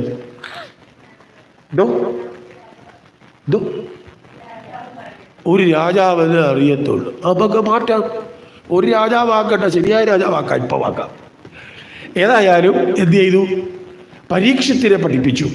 അപ്പോഴാണ് അന്ന് ഈ ചോദ്യം, അതാണ് ഈ പുരാണം വായിക്കുമ്പോൾ നമ്മൾ ആ ഒരു സെൻസിൽ പോകാവൂ. ചോദ്യങ്ങളെല്ലാം ചോദിക്കുമ്പോൾ അതിന് വ്യക്തമായ, ഇന്ന് നമുക്ക് പരീക്ഷത്തിനെ അറിയാം, ശുഗനെ അറിയാം. അന്ന് ശൗനകാദികൾക്ക് ആരെക്കുറിച്ച് അറിവില്ല. അതുകൊണ്ട് ആ ചോദ്യം വന്നത്, പരീക്ഷിത്തോ അതാര്? അപ്പൊ പിന്നെ പരീക്ഷത്തിനെ പറ്റി പറയണം. പക്ഷേ പരീക്ഷത്തിനെ പറ്റി പറയാൻ വന്നപ്പോൾ പിന്നെ പറയാൻ തുടങ്ങിയത് മഹാഭാരത യുദ്ധത്തിൻ്റെ 18ാമത്തെ ദിവസം തൊട്ടുള്ള കാര്യങ്ങളാണ്. അതുകൊണ്ടാണ് ഭാഗവതത്തിലെ പ്രഥമസ്കന്ധത്തിൽ പറയുന്ന കാര്യങ്ങളൊന്നും ഭാഗവതത്തിലേത് അല്ല. ഏതിൽ നിന്നും എടുത്തു ചേർത്തതാ? മഹാഭാരതത്തിൽ നിന്നും എടുത്തു ചേർത്തതാ. ആ ഭാഗമാണ് പറയുക. കുരുക്ഷേത്ര യുദ്ധം അവസാനിച്ചു 18ാമത്തെ ദിവസം. ഭീമന്റെ ഗദാഘാതമേറ്റ് മൃതപ്രായനായിട്ട് ആര് കിടക്കുകയാണ്? ദുര്യോധനൻ. ആ ദുര്യോധനൻ കിടക്കുന്നത് 2 തുടകളും തകർക്കപ്പെട്ട, ഒന്ന് എഴുന്നേൽക്കാൻ പോലും ആവത്തില്ല. അതാണ് ഭാസന്റെ വളരെ പ്രസിദ്ധമായ നാടകം ഊരുഭംഗം. ഈയിടെ മോഹൻലാലോ ആരാണ്ടൊക്കെ കൂടെ കാവാലധാരാണ് പണിക്കര് ചെയ്ത് എഴുതിയില്ലേ, അതാണ് ഊരുഭംഗം. ഭാസന്റെ ഇതാണ് അവിടെ കാണിക്കുന്നതിൻ്റെ ഗാന്ധാരിയും ധൃതരാഷ്ട്രരും ദുര്യോധനന്റെ ഏറ്റവും ഇളയ അവൻ മാത്രമേ ജീവിച്ചിരിപ്പുള്ളൂ, അക്ഷയകുമാരൻ. അവർ രണ്ടുപേരും കൂടാണ് കുരുക്ഷേത്ര യുദ്ധഭൂമിയിൽ ആരെ തപ്പി നടക്കുന്നത്? ദുര്യോധനൻ എവിടാണെന്ന് അന്ധനായ അച്ഛനും അമ്മയും ഇങ്ങനെ തപ്പി നടക്കുന്ന ഭാഗത്തോടു കൂടിയാണ് ഊരുഭംഗം ആരംഭിക്കുന്നത്. ഏതായാലും ഈ തരത്തിൽ തുട തകർന്ന് കിടക്കുകയാണ്. 18ാമത്തെ ദിവസത്തിന്റെ യുദ്ധത്തിന്റെ വിജയത്തിൽ ആഘോഷിച്ച മതിമറന്ന് പാണ്ഡവരെല്ലാവരും കുരുക്ഷേത്ര യുദ്ധഭൂമിയോട് ചേർന്നുള്ള ടെന്റുകളിൽ കൂടി. അങ്ങനെയാണല്ലോ, ഇപ്പോഴും അങ്ങനെയാണല്ലോ. എന്തെങ്കിലും നേട്ടം നേടിക്കഴിഞ്ഞാൽ ആഘോഷം രാവുകളാണ് അങ്ങനെ നടത്തുക. അങ്ങനെ ഇരുന്നപ്പോഴാണ് ഭഗവാൻ നേരെ കൂടാരത്തിലേക്ക് വന്നിട്ട് പാണ്ഡവന്മാരോട് 5 പേരെയും വിളിച്ചിട്ട് പറഞ്ഞു, ഹേ യുധിഷ്ഠിര, നാളെ മുതൽ ഹസ്തിനാപുരിയുടെ അവകാശികൾ ആരാണ്? നിങ്ങളാണ്. അതുകൊണ്ട് നിങ്ങൾക്ക് രാഷ്ട്രതന്ത്രം എന്താണെന്നൊരു ഭാഗം നിങ്ങൾക്ക് ഞാൻ പറഞ്ഞു തരാം എന്ന് പറഞ്ഞുകൊണ്ട് ഒതുക്കത്തിൽ ആരെ കൂട്ടിക്കൊണ്ടുപോയി? പാണ്ഡവരെ. കാരണം ഭഗവാൻ അറിയാമായിരുന്നു ഇന്ന് രാത്രിയിൽ ഇവിടെ ചിലതെല്ലാം സംഭവിക്കും, നടക്കും. അവിടെ വെച്ച് ആരെ രക്ഷിക്കണം? പാണ്ഡവരെ രക്ഷിക്കണം. കുരുക്ഷേത്ര യുദ്ധം നടക്കുമ്പോൾ കുന്തി മാതാവിനൊരു വാക്ക് കൊടുത്തിട്ടുണ്ട്, എന്തൊക്കെ വന്നാലും ഞാൻ ആരെ രക്ഷിച്ചോളാം? പാണ്ഡവരെ രക്ഷിക്കാം. പാണ്ഡവരുടെ മക്കളെ രക്ഷിക്കാമെന്ന് ഉറപ്പ് കൊടുത്തിട്ടുമില്ല. അതാണ് വ്യത്യാസം. ഏതായാലും കൂട്ടിക്കൊണ്ടുപോയി. അങ്ങനെ പോയി ഏതാണ്ട് സന്ധ്യയോടടുക്കുന്നു. അപ്പോഴാണ് ഇപ്പുറത്ത് കൗരവപക്ഷത്ത് അധികം ആളുകളൊന്നും ജീവിച്ചിരിപ്പില്ല. കൃപനുണ്ട്, അശ്വത്ഥാമാവിൻ്റെ അമ്മാവനാണ്, ദ്രോണരുടെ അളിയനാണ്, അല്ലെങ്കിൽ പിന്നെ അശ്വത്ഥാമാവ്. ഇവർ രണ്ടുപേരെ പ്രധാനികളായിട്ട് അവശേഷിച്ചിട്ടുള്ളൂ. പാണ്ഡവപക്ഷത്തും നേട്ടങ്ങളൊന്നും പറയാനില്ല. പാണ്ഡവർ 5 പേരെ, 5 മക്കള്, അതോടൊപ്പം തന്നെ ദ്രൗപദിയുടെ സഹോദരനായിരിക്കുന്ന ദൃഷ്ടദ്യുമ്നൻ, ഇവരൊക്കെ ജീവിച്ചിരിപ്പുള്ളൂ. ബാക്കി എല്ലാവരും കുരുക്ഷേത്ര യുദ്ധത്തിൽ കൊല്ലപ്പെട്ടു. അങ്ങനെ ഇരുന്നപ്പോഴാണ് അശ്വത്ഥാമാവ് ആലോചിച്ചു, കഷ്ടം, എൻ്റെ രാജാവ് എന്നെ എല്ലാ നിലയിലും ഉയർത്തിക്കൊണ്ടുവന്നിരുന്ന ദുര്യോധനൻ ഇപ്പോൾ എല്ലാം തകർക്കപ്പെട്ട്, ആഗ്രഹങ്ങളുമെല്ലാം തകർക്കപ്പെട്ട് എവിടെ കിടക്കുകയാണ്? കുരുക്ഷേത്ര ഭൂമിയിൽ. ആ ദുര്യോധനനെ അവസാനമായിട്ടെങ്കിലും ഒന്ന് പോയി കാണണം. അവസാന സമയത്തെങ്കിലും അല്പം എന്തെങ്കിലും സന്തോഷം നൽകി ആരെ യാത്രയാക്കണം? ദുര്യോധനനെ യാത്രയാക്കണം എന്നുള്ള ചിന്തയോടുകൂടി അശ്വത്ഥാമാവ് നേരെ ദുര്യോധനനെ കാണുവാൻ വരികയാണ്. അവിടെ വെച്ച് മഹാഭാരതം വായിക്കണം. അവിടെയാണ് കുരുക്ഷേത്ര യുദ്ധത്തിന്റെ പശ്ചാത്തലം മുഴുവൻ പറയുന്നത്. ചീഞ്ഞ് നാറിക്കിടക്കുന്ന അവശിഷ്ടങ്ങൾ, മൃതാവശിഷ്ടങ്ങൾ, കൈയുള്ളത്, കാലുള്ളത്, കാലില്ലാത്തത്, കൈകൾ പോയത്, ഇതു വേണ്ട കബന്ധങ്ങള് ചീഞ്ഞളിഞ്ഞ് കിടക്കുകയാണ്. അതിൻ്റെ സമീപത്തുകൂടി ഒഴുകുന്ന നദി ഈ യുദ്ധത്തിൽ കൊല്ലപ്പെട്ട ആളുകളുടെ രക്തം കലർന്ന് ചുവന്ന നിറമായി മാറിയത്. അതുകൊണ്ടാണ് ഇപ്പോഴും കുരുക്ഷേത്രത്തിലെ സമീപത്തുകൂടി ഒഴുകുന്ന നദിയുടെ തീരത്തുള്ള മണ്ണിൻ്റെ നിറം ഇപ്പോഴും ചുവപ്പാണ്. അതുകൊണ്ട് അവിടെ ഉള്ളവർ പറയുന്നതാ കുരുക്ഷേത്ര യുദ്ധത്തിലെ രക്തം വീണ്ടും ചുവന്നത്. അതൊക്കെ അവർ പറയുന്നത്. ഏതായാലും ആ തരത്തിൽ ചുവന്ന് കിടക്കുകയാണ്. ഇതെല്ലാം കണ്ടുകൊണ്ട് ആര് പോവുകയാണ്? അശ്വത്ഥാമാവ്. അങ്ങനെ കുറേ ദൂരം ചെന്ന് കഴിഞ്ഞപ്പോഴാണ് ആര് കാണുന്നത്? ദുര്യോധനനെ. എങ്ങനെയാണ്? ഇവിടെ ഈ കിടക്കുന്ന മാംസങ്ങളൊക്കെ കൊത്തി വലിക്കാൻ നരികള്, നായകള്, അതേപോലെ തന്നെ ഗൃദ്ധ, കങ്കം എന്നൊക്കെ പറഞ്ഞാൽ ഇത് കഴുകന്റെ ഇനത്തിൽപ്പെടുന്ന ശേരം, പരുന്ത് എന്ന് പറയുന്ന ജീവികളെല്ലാം ഇങ്ങനെ കൊത്തി വലിക്കുകയാണ്. ഇപ്പൊ അവർക്കൊന്നും ചീഞ്ഞ മാംസമൊന്നും വേണ്ട. പിന്നെ ഏത് മതി? നമ്മളൊക്കെ പോവല്ലേ ഏതോ ഫുഡ് കഴിക്കാൻ. എന്ത് ഫുഡാ? ഫാസ്റ്റ് ഫുഡ് എന്ന് പറഞ്ഞതുപോലെ ഇവർക്കും ഇപ്പൊ ചീഞ്ഞ ഒന്നും വേണ്ട, ഫ്രഷായിട്ടുള്ളത് മതി. അതുകൊണ്ട് എന്ത് ചെയ്യുക? ഓരോരുത്തരുടെ അടുക്ക പോയി കഴുകനിരിക്കുക. എപ്പോഴാണോ ഇവന്റെ ജീവൻ പോകുന്നത് അപ്പോൾ മാംസം കുത്തി വലിക്കാൻ. ആ രൂപത്തിലാണ് ഓരോരുത്തരുടെയും കിടപ്പ്. അങ്ങനെ പോകുമ്പോഴാണ് അശ്വത്ഥാമാവ് ഒരു കാഴ്ച കണ്ടത്. തൻ്റെ മുകളിലേക്ക്, അല്ലെങ്കിൽ തൻ്റെ 2 തുടകളിലും തകർന്നു കിടക്കുന്ന തുടകളിലെ മാംസം കുത്തി വലിക്കാൻ വരുന്ന കഴുകനെ തൻ്റെ കൈകൾ കൊണ്ടുപോലും ആട്ടി ഓടിക്കാൻ ആരെ കൊണ്ട് പറ്റുന്നില്ല? ദുര്യോധനനെ കൊണ്ട്. ആ അവസ്ഥ ആരാന്ന് ഓർത്തോണം. ഈ ഹസ്തിനാപുരിയെ മുഴുവൻ അടക്കി ഭരിച്ച, അപ്പോ മനസ്സുകൊണ്ട് ആഗ്രഹിച്ചിട്ടും ശരീരം കൊണ്ട് സാധിക്കുന്നില്ല. ഇതാണ് അവസ്ഥ. അതുകൊണ്ട് പറയും, മനസ്സ് ആഗ്രഹിക്കുന്നത് പോലെ ശരീരം വഴങ്ങുന്നില്ലെങ്കിൽ അന്ന് പൊക്കോണമെന്ന്. എങ്ങോട്ടാണ്? മറ്റൊരുത്തൻ്റെ സഹായം കൊണ്ട് ജീവിക്കാൻ ഇടയാവര്. അങ്ങനെ വരുമ്പോഴാ എല്ലാവരുമായിട്ട് ഗുസ്തി പിടിക്കുന്നത്. എന്താ കാര്യം? എന്താ? എൻ്റെ മനസ്സ് ആഗ്രഹിക്കുന്നത് പോലെ എൻ്റെ ശരീരം വരാതെ വരുമ്പോൾ അതേ അവസ്ഥയിലാണ് ദുര്യോധനൻ. അവിടെ ചെന്ന് കണ്ടു കഴിഞ്ഞപ്പോൾ ദുര്യോധനന്റെ കണ്ണിൽ കൂടെ രക്തം പോലെ ഏതൊഴുകുകയാണ്, കണ്ണുനീര് ഒഴുകുകയാണ്. അശ്വത്ഥാമാവിന് സങ്കടമായി. തന്നെ ഏതെല്ലാം കാലഘട്ടത്തിൽ സംരക്ഷിച്ചവരാണ് ആര്? ഈ ദുര്യോധനൻ. അതുകൊണ്ട് ഈ ദുര്യോധനന് വേണ്ടിയിട്ട് എന്തെങ്കിലും അവസാന നിമിഷമെങ്കിലും ഇയാൾക്ക് വേണ്ടിയിട്ട് എന്ത് ചെയ്യണം? ഒരു സൽവാർത്ത കേൾപ്പിച്ചു വേണം ഇയാളെ ഇവിടെ നിന്ന് യാത്രയാക്കാൻ എന്ന് തീരുമാനിച്ചുകൊണ്ട് അശ്വത്ഥാമാവ് അവിടെ നിന്ന് വരികയാണ്. അങ്ങനെ വരുമ്പോഴാണ് കാണുന്നത് ആരുടെ കൂടാരങ്ങളിൽ സന്തോഷത്തിൻ്റെ പടക്കം പൊട്ടിച്ചോണ്ടിരിക്കുന്നത്? പാണ്ഡവരുടെ. ഒന്ന് നോക്കിയിട്ട് പോയി ഏവന്മാരുടെ സന്തോഷം ഇന്ന് തീർക്കണം എന്നാര് തീരുമാനിച്ചു? അശ്വത്ഥാമാവ് നേരെ പോയി. അപ്പൊ ആലോചിച്ചു, ഇപ്പൊ ചെന്നാലും അവന്മാര് തന്നെ കൊണ്ടൊന്നും ഒറ്റയ്ക്ക് പറ്റില്ല, എന്താണ് മാർഗം എന്നിങ്ങനെ ആലോചിച്ചുകൊണ്ട് കുറെ ദൂരം ചെന്നപ്പോൾ ഒരു ആൽത്തറ കാണുകയാണ്. നേരെ അവിടെ കിടന്നു, ഇങ്ങനെ മുകളിലേക്ക് നോക്കി കിടക്കുക. അപ്പോഴാണ് ആലിൻ്റെ കൊമ്പിൽ ഒരു കാഴ്ച കണ്ടത്. എന്താ പറയുക, കൂമൻ അല്ലെങ്കിൽ മൂങ്ങ, ഭയങ്കരനായ ഒരു മൂങ്ങ ഈ മരത്തിലേക്ക് വന്നിരുന്നു. അപ്പോഴേക്കും ആ മരത്തിൽ ധാരാളം കാക്കകൾ കൂട് വെച്ചിട്ടുണ്ടായിരുന്നു. ഈ കാക്കകളെല്ലാം കൂടെ എന്ത് ചെയ്തു? ഈ മൂങ്ങയെ കൊത്തിപ്പറിച്ച് അവിടെ നിന്നു ഓടിച്ചു വിട്ടു. ഇത് കണ്ടോണ്ട് ആര് കിടക്കുന്നത്? അശ്വത്ഥാമാവ്. കുറെ കഴിഞ്ഞപ്പോൾ നേരം സന്ധ്യയായി. കാക്കകളെല്ലാം കൂട്ടിൽ കയറി ഉറങ്ങാൻ ആരംഭിച്ചു. ഈ സമയത്ത് വീണ്ടും മരത്തേലേക്ക് ആര് വന്നു? മൂങ്ങ. ഓരോ കൂട്ടിലും കയറിയിട്ട് ഓരോ കാക്കയെ കൊന്നു താഴോട്ടിടുക. ഇതാർക്ക് മനസ്സിലായി? അതിൽ നിന്നും അശ്വത്ഥാമാവ് ഒരു കാര്യം മനസ്സിലാക്കി, ഇത് തന്നെ വേല. കൂടാരത്തിൽ രാത്രിയിൽ കയറണം. ഓരോ കൂടാരത്തിലും കയറി ഉറങ്ങിക്കിടക്കുന്നവരെ തന്നെ തീർക്കണം. അങ്ങനെ അന്ന് രാത്രി എല്ലാവരും കിടന്നുറങ്ങിയ സമയത്ത് അശ്വത്ഥാമാവ് തൻ്റെ അമ്മാവനായ കൃപാചാര്യയെ കൂട്ടിക്കൊണ്ട് പോവുകയാണ്. കൃപരെ ആ അടർക്കളത്തിൻ്റെ വാതിക്കൽ നിർത്തിയിട്ട് പറഞ്ഞു, ഇവിടെ നിന്നോണം. ഏതെങ്കിലും ഒരുത്തരെ എന്നെ വെട്ടിച്ച് പുറത്തോട്ട് വരികയാണെങ്കിൽ അപ്പോൾ അവരെ തീർത്തു കൊല്ലണം. അങ്ങനെ ലോകത്തെ ആദ്യത്തെ സർജിക്കൽ സ്ട്രൈക്കിന് ആര് കയറുക? അശ്വത്ഥാമാവ്.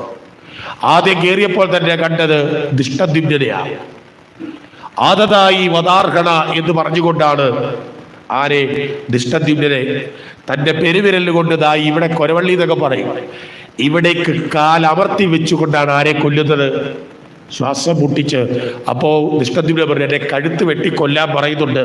അപ്പൊ പറഞ്ഞു, ഇല്ല, അതിന്റെ അങ്ങനെ കൊല്ലില്ല, കാരണം നീ എന്താണ് ശരിക്ക് അനുഭവിച്ചാണ്. കാരണം നീ ആരെ കൊന്നവനാണ്?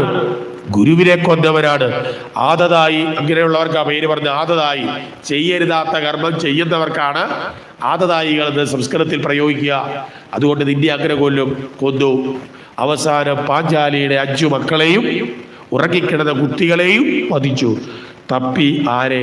പാണ്ഡവരെ. പക്ഷെ പാണ്ഡവരവിടെ ഇല്ല. ആര് കടത്തിക്കൊണ്ടുപോയി? കൃഷ്ണൻ. ഭഗവാൻ അറിയായിരുന്നു ഇന്നിവിടെ ഇതൊക്കെ നടക്കും. ആ കൂട്ടത്തിൽ ആരെ രക്ഷിക്കണം? അതിനൊരു വ്യാജ കഥയുണ്ടാക്കി പോയി എല്ലാരും. പക്ഷെ ഉദ്ദേശിച്ച് നടന്നില്ല. എങ്കിലും ഉള്ളിൽ ആർക്കൊരു സന്തോഷം. അശ്വത്ഥാമാവിന്, നീയൊക്കെ യുദ്ധം ചെയ്ത് ഹസ്തിനാപുരി നേടിയിട്ട് എന്നാണ് ആ ഗുണം? അനുഭവിക്കേണ്ടവരെ മുഴുവൻ ഞാൻ എന്ത് ചെയ്തു? തീർത്തു. ഈ സന്തോഷത്തോടു കൂടിയാണ് നേരെ ദുര്യോധനന്റെ അടുക്കൽ ചെന്നിട്ട് പറഞ്ഞു ഈ വാർത്ത. ഇത് കേട്ടപ്പോൾ ഇങ്ങോട്ട് തല വെച്ച് കിടന്ന ദുര്യോധനൻ തല അങ്ങോട്ട് തിരിച്ചുതാ. എന്താ അർത്ഥം? ദുര്യോധനന് പോലും ഈ ക്രിയ ഇഷ്ടപ്പെട്ടില്ല. എന്താ അത്? ഉറങ്ങിക്കിടക്കുന്നവരെ കൊല്ലുക. കുറെ നിയമങ്ങൾ അവിടെ പറയും. ഉറങ്ങിക്കിടക്കുന്നവരെ കൊല്ലാൻ പാടില്ല. ശത്രുവിനെ ഭയന്നോടുന്നവരെ കൊല്ലാൻ പാടില്ല. ആയുധ നഷ്ടവരെ കൊല്ലാൻ പാടില്ല. ആ കൂട്ടത്തിലാണ് പിഞ്ചു കുട്ടികളെ എന്ത് ചെയ്തത്? ഉറങ്ങിക്കിടക്കുമ്പോൾ കൊന്നിരിക്കുന്നത്. ഇത് കേട്ടിട്ട് ഇത്രയും നികൃഷ്ടനായ ദുര്യോധനന് പോലും സഹിച്ചില്ല. അശ്വത്ഥാമാവിന് മനസ്സിലായി താൻ ചെയ്ത കർമ്മം കൊണ്ട് ആർക്കും സന്തോഷമില്ല. പക്ഷേ അശ്വത്ഥാമാവിന് ഒരു സന്തോഷമുണ്ടായിരുന്നു. എന്താ? ഇവന്മാരുടെ കുലത്തെ ഞാൻ മുച്ചൂടും നശിപ്പിച്ചു. ഇനി ഇവന്മാർ രാജ്യം കൊണ്ട് എന്ത് കാണിക്കും എന്നതെനിക്ക് അറിയണം. ഉടനെ ഇറങ്ങി. അപ്പോഴാണ് ആലോചിച്ചത്, ഇനി ഇവിടെ നിന്നാ കുഴപ്പമാണ്. നേരം വെളുക്കുമ്പോൾ വാർത്ത അറിയും. ആ അർജുനനും കൃഷ്ണനും കൂടെ തന്നെ പിടികൂടും, തന്നെ ശരിയാക്കും. അതുകൊണ്ട് അശ്വത്ഥാമാവ് എന്ത് ചെയ്തു? അപ്പോൾ തന്നെ അവിടെ നിന്ന് കടന്നു. നേരം പരവരാ വെളുത്തപ്പോൾ കൂടാരത്തിലേക്ക് വന്ന പാണ്ഡവർ കാണുന്നത് ആർക്കു വേണ്ടിയിട്ടാണോ യുദ്ധം ചെയ്ത് നേടിയത്, ആ മക്കൾ ഇതാ ഇവിടെ എങ്ങനെ കിടക്കുന്നു? മരിച്ചു കിടക്കുന്നു. വിവരം പാഞ്ചാലി അറിഞ്ഞു, ദ്രൗപദി അറിഞ്ഞു. എല്ലാവരും കൂടാരത്തിലേക്ക് പാഞ്ഞു വരികയാണ്. അവിടെ വെച്ച് പാഞ്ചാലി ചോദിച്ചു, എന്ത് നേടി ഈ യുദ്ധം കൊണ്ട്? കണ്ടില്ലേ, അനുഭവിക്കേണ്ടവരാണ് ഈ കിടക്കുന്നതൊക്കെ എന്ന് പറഞ്ഞുകൊണ്ട് അങ്ങ് യുദ്ധം ചെയ്ത് രാജ്യം നേടിയിട്ട് എന്ത് ഫലം എന്നൊക്കെ പറഞ്ഞുകൊണ്ട് വിളിച്ചു കൂവി കരയുകയാണ്. അവസാനം ഈ ദ്രൗപദിയുടെ ദുഃഖം കണ്ടിട്ട് അർജുനനെ സഹിച്ചില്ല. അവിടെ വെച്ച് തന്നെ അർജുനൻ തൻ്റെ ഗാണ്ഡീവം കയ്യിലെടുത്തുകൊണ്ട് അവിടെ വെച്ചൊരു പ്രതിജ്ഞ ചെയ്യുകയാണ്. ഞങ്ങളുടെ മക്കളെ ഇത്തരത്തിൽ നിഷ്കരുണം വധിച്ച ഈ അശ്വത്ഥാമാവിനെ ഇന്ന് സൂര്യൻ അസ്തമിക്കുന്നതിന് മുമ്പ് ഞാൻ കൊല്ലും. എന്നിട്ട് അവന്റെ ശിരസ് മുറിച്ചു കൊണ്ടുവന്ന് അത് ആസനമാക്കിക്കൊണ്ട് അതിൻ്റെ മേളിൽ ഇരുന്നുകൊണ്ടായിരിക്കും ഞാൻ പിള്ളാരുടെ എന്ത് കർമ്മം ചെയ്യുക? ഉദക കർമ്മങ്ങൾ ചെയ്യുക എന്ന് പ്രതിജ്ഞ ചെയ്തു. ഉടൻ തന്നെ അശ്വത്ഥാമാവിനെ പിടിക്കാൻ പോവുകയാണ്. ഭഗവാനെ കൂട്ടി അങ്ങനെ പല സ്ഥലങ്ങളിലും പോയത്. ഒരു സ്ഥലത്ത് എന്നിട്ടും ആരെ കണ്ടില്ല? അശ്വത്ഥാമാവിനെ. അങ്ങനെ നിസ്സഹായനായി പോകുമ്പോൾ തിരികെ പോകാം, ഇനി എന്ത് ചെയ്യാം? തീയിൽ ചാടി. അങ്ങനെയാ പ്രതിജ്ഞ. അത് സാധിച്ചില്ലെങ്കിൽ ഗാണ്ഡീവവുമായി ഞാൻ അഗ്നിയിൽ ചാടി. അങ്ങനെ ഒരു കുഴപ്പമുണ്ട്, ഇച്ചിരി കൽട്ടം കൂടിയതാണ്. എപ്പോൾ പരിപാടി ഉണ്ടെങ്കിലും ഗാണ്ഡീവുമായിട്ട് ചാടും. പണ്ട് സദാർ ഗോപാലത്തിന് ഇതായിരുന്നു പരിപാടി, അല്ലേ? അപ്പോൾ അങ്ങനെ പ്രതിജ്ഞ കൂടെ ചെയ്തോടെ പോയത്. നേരെ തിരികെ പോകാമെന്ന് പറഞ്ഞു. അങ്ങനെ പോകുമ്പോഴാണ് ഒരു വനാതിർത്തിയിൽ കൂടെ പോകുമ്പോൾ ഒരു വൃക്ഷത്തിന് വലിയൊരു പൊത്ത്. ഭഗവാൻ കൃഷ്ണനെ കൊണ്ട് തേരെ ഓടിച്ചു കൊടുക്കുമ്പോഴാണ് ആ പൊത്തിനകത്ത് തിളങ്ങുന്ന കണ്ടത്. പണ്ട് നേരെ റിവേഴ്സ് എടുത്തു, ഒന്ന് നോക്കി. അപ്പൊ ഭഗവാൻ മനസ്സിലായി ആരതിനകത്ത് ഇരിപ്പുണ്ട്. അശ്വത്ഥാമാവ് ഇരിപ്പുണ്ട്. അവിടെ ഇരിപ്പുണ്ടെങ്കിൽ പിടിച്ചോണ്ടിക്ക് പോരാൻ പറഞ്ഞു. ആരോട്? അർജുനനോട്. നേരെ അർജുനൻ അശ്വത്ഥാമാവിനെ പിടികൂടാൻ ചെല്ലുകയാണ്. അപ്പൊ തന്നെ അശ്വത്ഥാമാവിന് മനസ്സിലായി താൻ അകപ്പെട്ടു. ഇനി പോട്ട മാർഗമുള്ളൂ, അവരെ അങ്ങ് നിർത്തിയേക്കുക. ആരെ? അർജുനനെ. അതിനെന്ത് ചെയ്തു? തനിക്ക് അച്ഛൻ ഉപദേശിച്ചു തന്ന ബ്രഹ്മാസ്ത്രം അശ്വത്ഥാമാവ് ആരുടെ നേർക്ക് പ്രയോഗിക്കുകയാണ്? അർജുനന്റെ നേർക്ക്. പെട്ടെന്നാണ് അർജുനൻ കണ്ടത് ബ്രഹ്മാസ്ത്രം പാഞ്ഞു വരുന്നു. ഭഗവാന്റെ കാൽക്കൽ വീണ്, ഭഗവാനെ ബ്രഹ്മാസ്ത്രമാണ്, എന്ത് ചെയ്യും? അപ്പൊ ഭഗവാൻ പറഞ്ഞു, എടാ, ഈ അശ്വത്ഥാമാവിന് 2 തവണ ബ്രഹ്മാസ്ത്രം പ്രയോഗിക്കാൻ ആര് പഠിപ്പിച്ചിട്ടുള്ളൂ? അച്ഛൻ ദ്രോണരെ. പ്രയോഗിക്കാനേ പഠിപ്പിച്ചിട്ടുള്ളൂ, ഉപസംഹരിക്കാൻ പഠിപ്പിച്ചിട്ടില്ല. എന്താ കാര്യം? ഇവൻ 2 തവണ പ്രകരിച്ച് ഇതൊക്കെ തീരണം.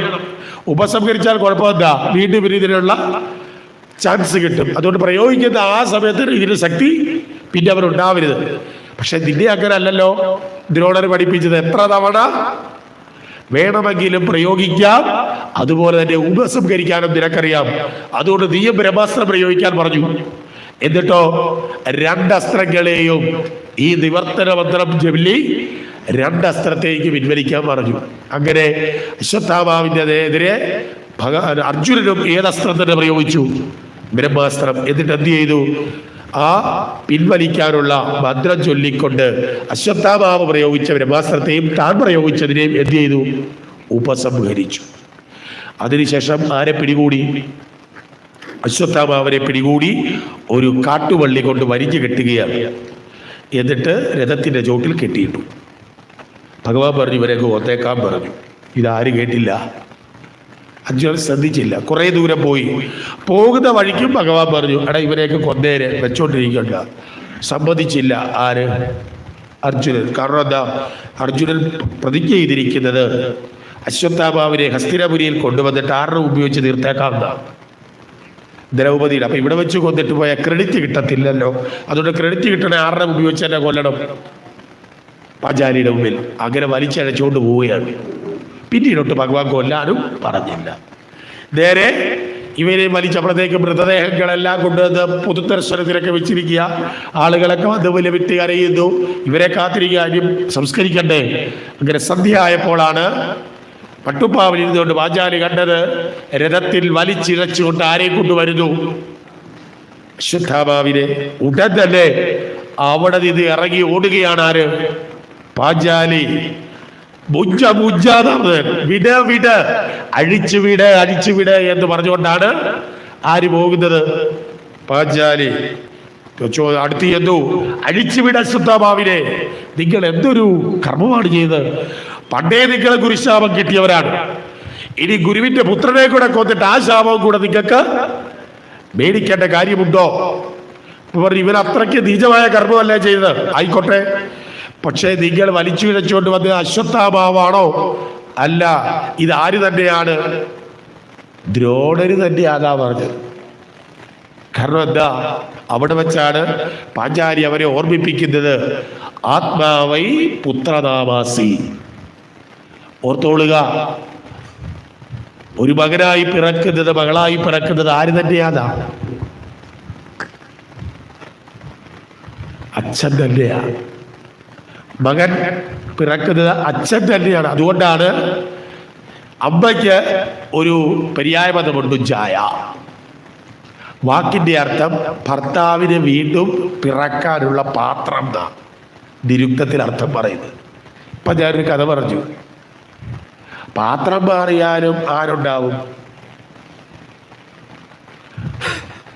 മക്കളുണ്ടാവും, അല്ലേ? ഇപ്പൊ അതുകൊണ്ടല്ല ടെസ്റ്റ് ട്യൂബ് ശിശു ഉണ്ടാകുന്നില്ലേ? വാടകയ്ക്ക് പാത്രം എടുക്കുന്നില്ലേ? അപ്പൊ യഥാർത്ഥത്തിൽ കുട്ടിയായി വരുന്നത് ആരടാ? ആ ബീജം തന്നെയാ. അതാ ഇവിടെ പറഞ്ഞത്. അതുകൊണ്ട് ഈ പുത്രൻ എന്ന് പറയുന്നത് ആര് തന്നെയാ? അച്ഛൻ തന്നെയാ. അതുകൊണ്ട് പുല കൊള്ളേണ്ടുന്നത് ആര് വഴിയാ? അറിയാവോ? ആര് വഴി? അമ്മ വഴിയാണോ അച്ഛൻ വഴിയാണോ പുല? എനിക്കറിയത്തില്ല. നിങ്ങൾ എങ്ങനെ വേണം ആചരിച്ചു, ഒരു കുഴപ്പമില്ല. പക്ഷെ മണ്ടത്തരവാ കാണിച്ചു കൂട്ടിയിരിക്കുന്നത് മുഴുവൻ. ആണോ അല്ലയോ? അതൊന്ന് ആലോചിച്ചുകൂടെ? ബ്രാഹ്മണരെ, ക്ഷത്രിയരോ, വൈശ്യര്, അല്ലേ? ഇതില് ശൂദ്രന്മാര്, ഇതിലെ എല്ലാ വർണ്ണങ്ങളിലുള്ളവർക്കും അച്ഛൻ വഴിയാണ്. എൻ്റെ അറിവിൽ ഒരു കൂട്ടർക്കേ ഉള്ളൂ. ഞാൻ പറയത്തില്ല, എന്നെ തല്ലിക്കൊല്ലും. വാസ്തവം തെറ്റാണത്. ഇതിന് പെരുതേന്ന് പറഞ്ഞാലും തെറ്റാ. എനിക്കൊരു പേടിയില്ല പറയാൻ. വിഡ്ഢിത്തം പണ്ടങ്ങനെ ആയിരുന്നു. അതിന്റെ കാര്യം ഞാൻ പറയുന്നില്ല, അത് പറഞ്ഞാൽ പിന്നെ കുഴപ്പമാണ്. ഇത് വിഡ്ഢിത്തമാണ്. ഇത് ശാസ്ത്രം അനുസരിച്ചിട്ടുള്ളതല്ല. സംശയം ഉണ്ടെങ്കിൽ ഗരുഡപുരാണം എടുത്ത് വായിക്കുക. വായിച്ചിട്ടേ വരാവൂ. എടുത്ത് ശ്ലോകം ഉൾപ്പെടെ ഞാൻ പറഞ്ഞു തരാം. അപ്പോ ഇത് പുരാണമോ ശാസ്ത്രങ്ങളോ അംഗീകരിച്ചിട്ടില്ല. ആ മക്കളായി പിറക്കുന്നത് ആര് തന്നെയാ? അച്ഛൻ തന്നെയാ. അതുകൊണ്ട് പുലവാലായ്മ കൊള്ളേണ്ടത് ആര് വഴിയാ? അമ്മയുടെ ആൾക്കാരൊക്കെ മരിച്ച പൊല, അച്ഛൻ്റെ പെങ്ങള് മരിച്ചാൽ ഇല്ല. ഇതുപോലെ ശുദ്ധ വിഡ്ഢിത്തം ലോകത്ത് വേറെ ഇല്ല. എന്തേലും ആട്ട്. ഏതായാലും ഇവിടെ വെച്ച് പറഞ്ഞു, ആത്മാവൈ പുത്രനാമാസി. അറിയുക, താൻ തന്നെയാണ് പുത്രനായിട്ട് ജനിക്കുന്നത്. അതുകൊണ്ട് ഈ പുത്രനെ കൊന്നാൽ ആരെ കൊന്നതിന് തുല്യമായി? അച്ഛനെ കൊന്ന, ദ്രോണനെ കൊന്നതിന്. അപ്പൊ ആ ശാപം നിങ്ങൾക്ക് കിട്ടും എന്നാ പറഞ്ഞത്. ആകപ്പാടെ കുഴപ്പമായി. ഇവിടെ ഉപയോഗിച്ച് കൊല്ലാമെന്ന് വെച്ചാ കൊണ്ടുവന്നത്. ഇപ്പോൾ അതേ ദ്രൗപദി പറയുന്നു കൊല്ലണ്ടാന്ന്, അഴിച്ചുവിടാൻ. അപ്പോഴാണ് ധർമ്മപുത്രനും പറഞ്ഞത്, വിട്ടേരെ, ഗുരുപുത്രനല്ലേ, വേണ്ട, കുഴഞ്ഞു. ഇപ്പറ വേറൊരാൾ കലിച്ചു നീക്കിയ ഇവരെ ഇപ്പൊ തീർക്കണമെന്ന് പറഞ്ഞു. ആര്? ഭീമസേനൻ കൊല്ലണമെന്ന. ഭഗവാന്റെ ഉള്ളിലിരിപ്പും എന്തോന്നാ? കൊല്ലണമെന്ന്. അർജുനനും കൊല്ലണമെന്ന്. ആകപ്പാടെ വിഷമാവസ്ഥയിലായി ആര്? അർജുനൻ. കൈ തൊഴുതുകൊണ്ട് ചോദിച്ചു, ഭഗവാനെ ഞാനിനി എന്താ ചെയ്യേണ്ടത്? അപ്പൊ ഭഗവാൻ പറഞ്ഞു, നീ അനുഭവിച്ചോളാൻ. എന്താ കാര്യം? ഇങ്ങോട്ട് പോന്നപ്പോ പറഞ്ഞതാടാ ഇവരെ കൊന്നോളാൻ. അന്നേരം എന്തിനൊരുങ്ങിയില്ല, കൊന്നില്ല. അന്നേരം കൊല്ലാൻ ചെന്നാ ഭാര്യയുടെ മുമ്പിൽ ക്രെഡിറ്റ് കിട്ടുമല്ലോ എന്ന് കരുതിയാ ഇങ്ങനെ. ഇപ്പൊ കടിച്ചതുമില്ല, പിടിച്ചതുമില്ല. അവസാനം പറഞ്ഞു അർജുനോട് കൃഷ്ണൻ, എന്റെ ഇഷ്ടം നടക്കണം. ഭീമന്റെ ഇഷ്ടം നടത്തണം, നിന്റെ ഇഷ്ടവും നടക്കണം, ദ്രൗപദിയുടെ ഇഷ്ടം നടക്കണം, ധർമ്മപുത്രന്റെ ഇഷ്ടം. എങ്ങനെ നടത്തും? 2 പേര് കൊല്ലണ്ടാകുക, 3 പേര് കൊല്ലണം. ഉടൻ തന്നെ എന്ത് ചെയ്തു? ബുദ്ധിമാനായിരുന്നു അർജുനൻ. ഈ അശ്വത്ഥാമാവിനെ സംബന്ധിച്ചിടത്തോളം അയാളുടെ ഏറ്റവും വലിയ ധനം, പവർ എന്ന് പറയുന്നത് അശ്വത്ഥാമാവിന് ജന്മനാ കിട്ടിയ ചൂടാരത്വമാണ്. ശിരസിലുണ്ട്. അത് വാളുകൊണ്ട് ബലമായിട്ട് ചുഴിഞ്ഞെടുത്തു. ഒരു ബ്രാഹ്മണന്റെ ധനം ബലമായിട്ട് അപഹരിച്ചെടുത്താൽ എന്തിനു തുല്യമാണ്? മോഷ്ടിച്ചെടുത്താൽ കൊന്നതിന് തുല്യമാണ്. അതുകൊണ്ട് ബ്രഹ്മസ്വം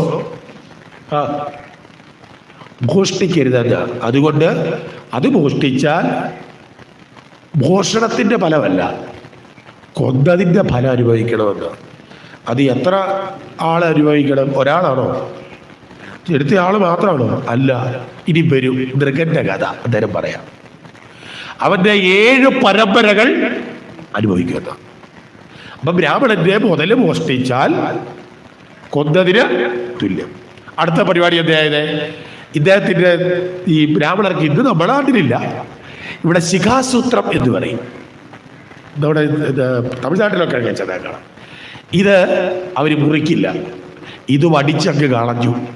അതിനും ചെയ്താലും എന്തിനു തുല്യ? അപ്പോ കൊന്നതിനില്ല. അവസാനം മർദ്ദിച്ച് ആളുകൾ കൂടിയ ആ വേദിയിൽ നിന്നും പുറത്തേക്ക് തള്ളി ഇറക്കി വിട്ടു. ഒരു ബ്രാഹ്മണനെ ഒരു ആളുകൾ കൂടിയ വേദിയിൽ നിന്നും മർദ്ദിച്ച് അവസരാക്കി പുറത്താക്കിയാലും കൊന്നതിന് തുല്യ. കൊന്നോ അർത്ഥാൽ കൊന്നു, വാച്യമായിട്ട് കൊന്നില്ല. അപ്പോ ആദ്യത്തെ കർമ്മം കൊണ്ട് കൃഷ്ണന്റെ കാര്യം സാധിച്ചു. ഏതാ? ചുഴിഞ്ഞെടുത്തു. വമനം ഇതെല്ലാം വടിച്ചു കളഞ്ഞു. രണ്ടാമത്തെ ഭീമന്റെ ഇഷ്ടം സാധിച്ചു, പുറത്താക്കി. ആരുടെ ഇഷ്ടവും സാധിച്ചു? അർജുനന്റെ. കൊന്നോന്ന് ചോദിച്ചാൽ മറ്റവരുടെ 2 പേരുടെ ആഗ്രഹം കൊന്നില്ല. അങ്ങനെ പുറത്താക്കി. ഇത്രയൊക്കെ അപമാനിക്കപ്പെട്ടെങ്കിലും പോകുമ്പോൾ അവർക്ക് അശ്വത്ഥാമാവിനൊരു സന്തോഷം ഉണ്ടായിരുന്നു. എന്താ കാര്യം? ഞാനിച്ചിരി നാറിയാൽ എന്താ അവന്റെ കുലം? അങ്ങനെ ഉണ്ടല്ലോ നമുക്ക്. എന്താ ആഗ്രഹം? എൻ്റെ 2 കണ്ടുപോയാലും നാത്തൂൻ്റെ അങ്ങനെ ഒരു രീതിയിലേ ചൊല്ലി. അതെനിക്കൊരു ഭയങ്കര എന്തോന്നാ സന്തോഷം എന്ന് പറഞ്ഞതുപോലെ ഈ അശ്വത്ഥാമാവ് അവിടെ നിന്ന് പോവുകയാണ്. ആ പോകുന്ന സമയത്താണ് അശ്വത്ഥാമാവ് ഭയങ്കര ക്രൂക്കഡ് മൈൻഡാ. ഇങ്ങനെ പോകുമ്പോൾ ഒരു കാഴ്ച കാണുകയാണ്. ഈ സമയത്താണ് അർജുനപുത്രനായിരിക്കുന്ന അഭിമന്യുവിന്റെ പത്നി, പേരറിയാവോ? അഭിമന്യുവിന്റെ ആദ്യമായിട്ട് കേൾക്കുന്നവരായിട്ട് ഞാൻ പ്രതീക്ഷിച്ചോണ്ടല്ല ചോദിക്കുന്നത്. ഉത്തര വിരാടപുത്രിയാണ്. ആ ഉത്തര ഇങ്ങോട്ട് കയറി വരികയാണ്. അപ്പോഴാണ് അശ്വത്ഥാമാവ് ഒറ്റ നോട്ടത്തിൽ തന്നെ, ഇവന്റെ കണ്ണു ഭയങ്കര പഴയ സ്കാനിങ് മെഷീനാണ്, ഒറ്റ നോട്ടത്തിൽ തന്നെ മനസ്സിലായി ഇല്ല, തന്റെ ആഗ്രഹം സാധിച്ചിട്ടില്ല. കാര്യമെന്താ? അവസാനത്തെ പാണ്ഡവൻ ആരുടെ ഗർഭത്തിൽ? ഉത്തരയുടെ ഗർഭത്തിൽ വന്നിരിക്കുന്നു. തന്റെ ആഗ്രഹം സാധിച്ചോ? ഇല്ല. ഞെട്ടിപ്പോയി. ഓടെ തന്നെ എന്ത് ചെയ്തു? പതുക്കെ താഴോട്ട് കൊരിഞ്ഞിട്ട് ഒരു പുല്ലങ്ങോട്ട് ഒടിച്ചെടുത്തു. എന്നിട്ട് ബ്രഹ്മാസ്ത്ര മന്ത്രം ജപിച്ചുകൊണ്ട് ആ ഉത്തരയുടെ ഗർഭത്തിലേക്ക് ഒറ്റ അയക്കലാണ്. എന്താ? ഇതിങ്ങനെ കറങ്ങി കറങ്ങി വരികയാണ്. ബുദ്ധിമതിയായ ഉത്തരയ്ക്ക് മനസ്സിലായി കാറ്റത്ത് പറന്നു വരുന്ന പുൽക്കൊടിയല്ലിത്. ഇതിന്റെ ലക്ഷ്യം എവിടെയാണ്? തന്റെ ഗർഭമാണ് എന്ന് മനസ്സിലാക്കിയിട്ട് ഉത്തരയ്ക്ക് അപകടം മണത്തു കഴിഞ്ഞപ്പോൾ അവിടെ വെച്ച് ഉത്തര ആ ഭഗവാൻ അവിടെ നിൽപ്പുണ്ട്. ആ ഭഗവാന്റെ സമീപത്തേക്ക് അങ്ങോട്ട് ചെല്ലുകയാണ്. എങ്ങനെയാ? പാഹി പാഹി മഹായോഗി ദേവദേവ ജഗത്പദേ ധാന്യം ത്വദഭയം മന്യേ എത്ര മൃത്യോ പരസ്പരം. എത്ര ഭംഗിയായിട്ടാ! ഒന്നാതിനെ സയൻസാ പറഞ്ഞത്. പാഹി പാഹി മഹായോഗി. അല്ലയോ യോഗേശ്വരനായ ഭഗവാനെ, മാ പാഹി മാ പാഹി, എന്നെ രക്ഷിച്ചാലും ദേവദേവ, ദേവന്മാരുടെയും ദേവനായിരിക്കുന്നവന്, ഹേ ജഗത് പദേ, അല്ലയോ ജഗത്തിന്റെ പതിയായിരിക്കുന്നവനെ ഭഗവാനെ രക്ഷിക്കുക. എന്തുകൊണ്ട് ഞാൻ ആശ്രയിച്ചു അങ്ങയെ? അന്യത്വത് അഭയം, നീയല്ലാതെ മറ്റാരും ഭയരഹിത സ്ഥാനം ഇല്ല. കാരണം നിനക്ക് മാത്രമേ രക്ഷിക്കാൻ പറ്റൂ. എപ്പോൾ? അവിടാണ് വിഷയം. എത്ര മൃത്യുഹു പരസ്പരം, ജീവനും മരണവും കൂടി ഒരു മൽപ്പിടുത്തം നടത്തുമ്പോൾ അവിടെ തീരുമാനമെടുക്കാൻ നീയല്ലാതെ മറ്റാരെ കൊണ്ടോ സാധ്യമല്ല. ഡോക്ടർമാർ പറയില്ലേ, ഞങ്ങളാ ചെയ്യാവുന്നതെല്ലാം ചെയ്തിട്ടുണ്ട്. നിങ്ങൾ എന്താ പറയാ അവസാനം പറയുന്നത്? നിങ്ങള് ആരെ? ഭഗവാൻ ഈശ്വരനോട് ഞങ്ങള്. അപ്പോ പറഞ്ഞതിന്റെ അർത്ഥം എന്തായി? ഞങ്ങള് ഹെൽപ്ലെസ്സാ, ഞങ്ങൾ ചെയ്യാവുന്നതൊക്കെ ചെയ്തിട്ടുണ്ട്. പക്ഷേ ഈ ശരീരത്തിൽ ഈ ജീവൻ നിൽക്കണമോ പോകണമോ എന്ന് തീരുമാനിക്കേണ്ടത് ആരാ? അതിന് ലോക വൈദ്യനായിരിക്കുന്ന ആരേ പറ്റൂ. അതാണ് എത്ര മൃത്യുവും പരസ്പരം, ജീവനും മരണവും കൂടി മല്ലടിക്കുമ്പോൾ ഇത് വഹിച്ചുകൊണ്ട് പോകണമെന്ന് തീരുമാനിക്കുന്നത് ആരാ? അതുകൊണ്ട് നീയല്ലാതെ മറ്റാരും ഇരിക്കില്ല എന്ന് പറഞ്ഞു കഴിഞ്ഞപ്പോൾ ഉടൻ തന്നെ സൂക്ഷ്മരൂപിയായിട്ട് ഈ ഉത്തരയുടെ ഗർഭത്തിന്റെ ഉള്ളിലേക്ക് ആര്? ഭഗവാൻ പ്രവേശിച്ചു. എന്നിട്ട് ആ ബ്രഹ്മാസ്ത്രത്തിന്റെ തേജസ്സിൽ നിന്നൊരു വലയം പോലെ ആരെ സംരക്ഷിച്ചു? ഈ കുഞ്ഞിന്റെ ഗർഭസ്ഥ ശിശുവിനെ സംരക്ഷിച്ചു. അതുകൊണ്ടാണ് ഇങ്ങനെ പാട്ട് കേട്ടിട്ടില്ലേ, വന്ദ ബ്രഹ്മാസ്ത്ര തേജസ്സു തട്ടാതെ. അതാ സംഭവം. ശ്രീകൃഷ്ണനാൽ പാലിതൻ. ഞാൻ പറയാറുണ്ട്, ഭാഗവതം ബേസിക്കലി ഇപ്പൊ മൂലമൊന്നും പഠിക്കാൻ സാധിച്ചില്ലെങ്കിൽ നിങ്ങൾ ആ 4 കിളിപ്പാട്ടിന്റെ പാദകീർത്തനം ഒന്ന് പഠിക്കുക. ഏകദേശ കഥയുടെ സംക്ഷിപ്തം മനസ്സിരുത്തി ഒന്ന് പഠിച്ചാൽ മതി. അതാ പന്തബ്രഹ്മാസ്ത്ര തേജസ്സു തട്ടാതെ ശ്രീകൃഷ്ണനാൽ പാലിതൻ കൃഷ്ണരാമാകരെ ഇന്ദ്രുവൻ പാണ്ഡവന്മാരുടെ പൗത്രനാം ഭാരത സങ്കരേ മാതൃഗർഭസ്ഥിതൻ. തുടക്കം ഇപ്പൊ നോക്കുക. അങ്ങനെ രക്ഷിച്ചു. അത് കഴിഞ്ഞ് അതിലും പരാജയപ്പെട്ടു ആര്? നോക്കുക. ആദ്യം ഉറങ്ങിക്കിടക്കുന്ന പിഞ്ചു കുഞ്ഞുങ്ങളെ ആര് കൊന്നു? എന്നിട്ടും ഇവന്റെ എന്തൊടുങ്ങിയില്ല. പാക്ക. ഇപ്പൊ ആരെയാ പിടിച്ചത്? ഗർഭത്തിൽ കിടക്കുന്ന കുഞ്ഞിനെ. അതുകൊണ്ടാണ് അശ്വത്ഥാമാവ് ഉൾപ്പെടെ ചില ആളുകളുടെ ലിസ്റ്റിൽ ഒരു പേരുണ്ട്. അശ്വത്ഥാമാവ് ഏതിൽപ്പെട്ട ആളാണെന്ന് അറിയാമോ? ചിരഞ്ജീവികൾ എന്ന് പറയും. എന്താ ചിരഞ്ജീവി എന്ന് പറഞ്ഞാൽ അർത്ഥം? മരണമില്ലാതെ ചിരകാലം, ദീർഘകാലം ജീവി. ഏതായാലും നിങ്ങൾ അത്രയെങ്കിലും പറഞ്ഞല്ലോ. ഒരിടത്ത് ചെന്നപ്പോ ഒരു ചേച്ചി ഇരുന്ന് പറഞ്ഞതാ, തെലുങ്കിലെ സിനിമാ നടനാണ് ഇവരുണ്ട് ചിരഞ്ജീവി. അപ്പൊ അങ്ങനെയാണെങ്കിൽ അശ്വത്ഥാമാവ് ആരൊക്കെയാന്ന് അറിയാവോ?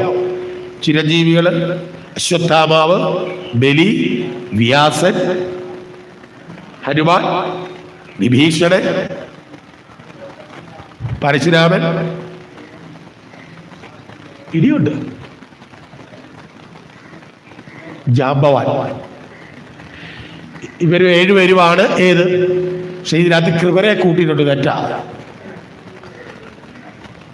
കൃപരല്ല, പകരം ആരാണ്? ജാമ്പവാൻ. ഇതിൽ ഒന്നാമത്തെ പേരാരുടെയാ? അശ്വത്ഥാമാവ. എന്താ കാര്യം എന്ന് പറഞ്ഞാൽ പണ്ടത്തെ അശ്വത്ഥാമാവ് ഇത് ഉണ്ടെന്നാണോ? മണ്ടത്തരൊക്കെ പോയി പറയല്ലേ. അശ്വത്ഥാമാവ് ഇത് ജീവിച്ചിരിക്കുന്നു എന്ന് അർത്ഥമുള്ളൂ. അല്ല പഴയ അശ്വത്ഥാമാവ് ഇതുണ്ടെന്നല്ല. ഇങ്ങനെ പറഞ്ഞാൽ തെറ്റി. അശ്വത്ഥാമാവ് ഈ 7 എണ്ണവും നമ്മളിൽ തന്നെയുണ്ട്. അതിൽ നമ്മളിലുള്ള ഒരു മാനസിക വ്യാപാരത്തിന്റെ റെപ്രസെന്റേറ്റീവാണ് ആര്? അശ്വത്ഥാമാവ്. ഈ വർഷത്തെ വീരഭരണിക്ക് ഒരു അടിയുണ്ടായി, ചില കിട്ടി. അവിടെ വെച്ച് അവനോട് പറയാ, അടുത്ത വീരഭരണിക്ക് നിന്റെ എടുത്തോളാം. അങ്ങനെ പറയാറില്ലേ? ഈ വീരഭരണി തൊട്ട് അടുത്ത ഭരണി വരെ ഇവൻ ഉള്ളിൽ വെച്ചോണ്ട് നടക്കുക. എന്തോന്ന്? പക. അപ്പോൾ നമ്മുടെ ഉള്ളിലുള്ള പകയാണ് ആര്? അശ്വത്ഥാമാവ്. അത് ഈ ജീവിതകാലം മുഴുവൻ ഉണ്ടെന്ന് പറഞ്ഞാൽ മനുഷ്യരാശി ഉള്ളിടത്തോളം കാലം ഏതുണ്ടാവും? ഈ പകയെന്ന വികാരം ഉണ്ടായിരിക്കും.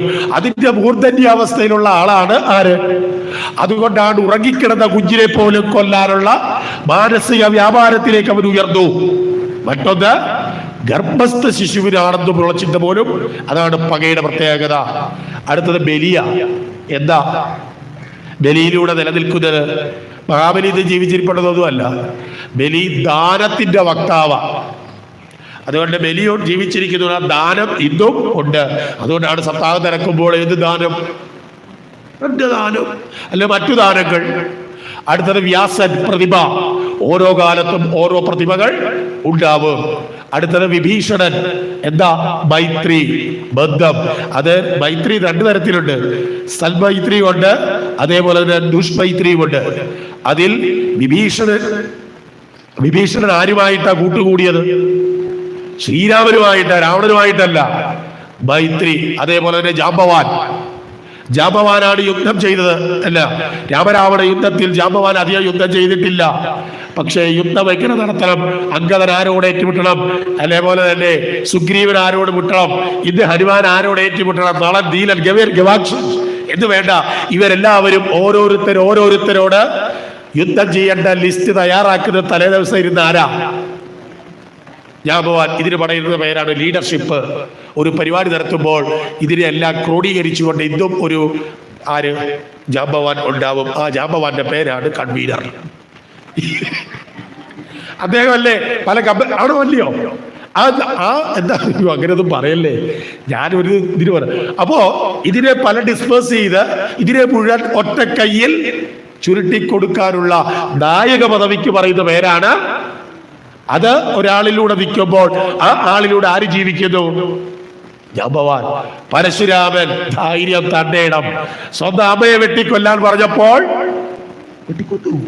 ഇതിനാണ് പറയുന്നത് തന്നേടം, മറവില്ലായ്മ.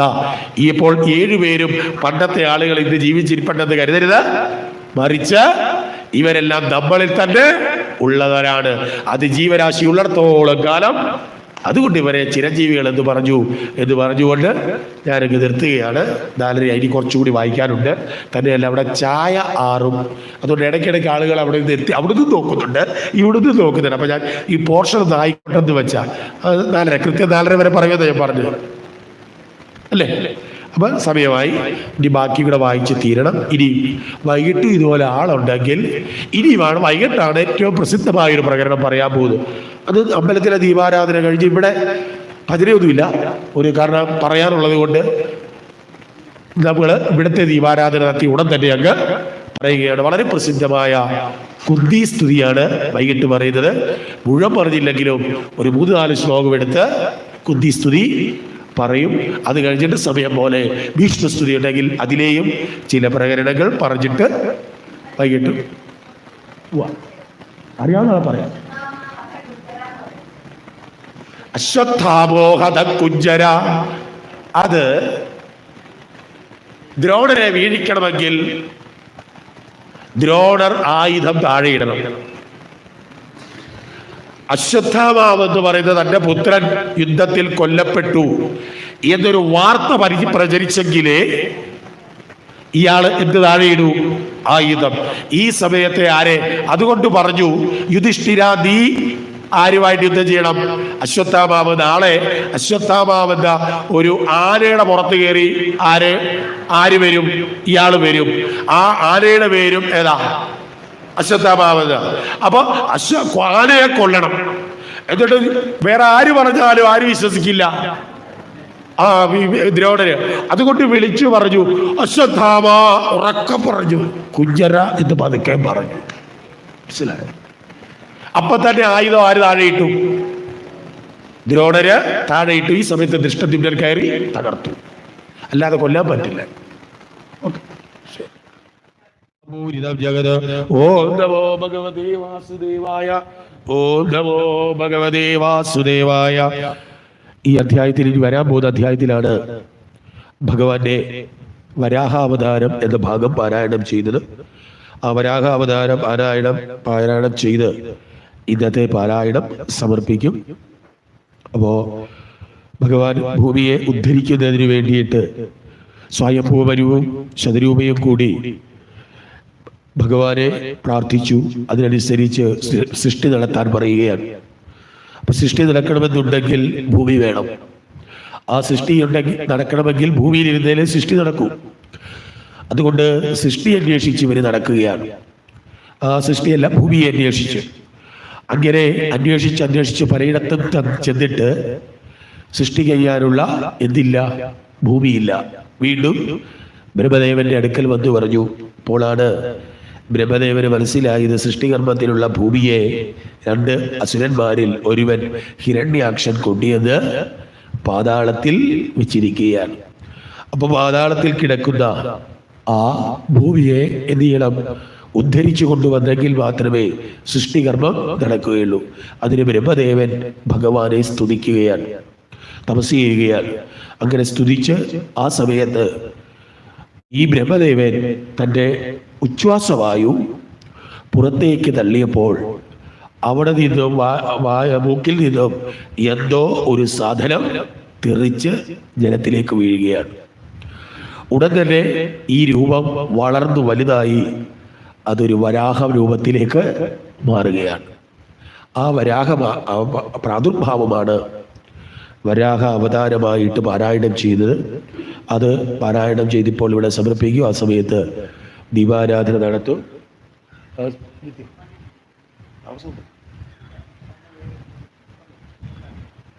അപ്പോൾ ആ സമയത്ത് ഇവിടെ ദീപാരാധന നടക്കും.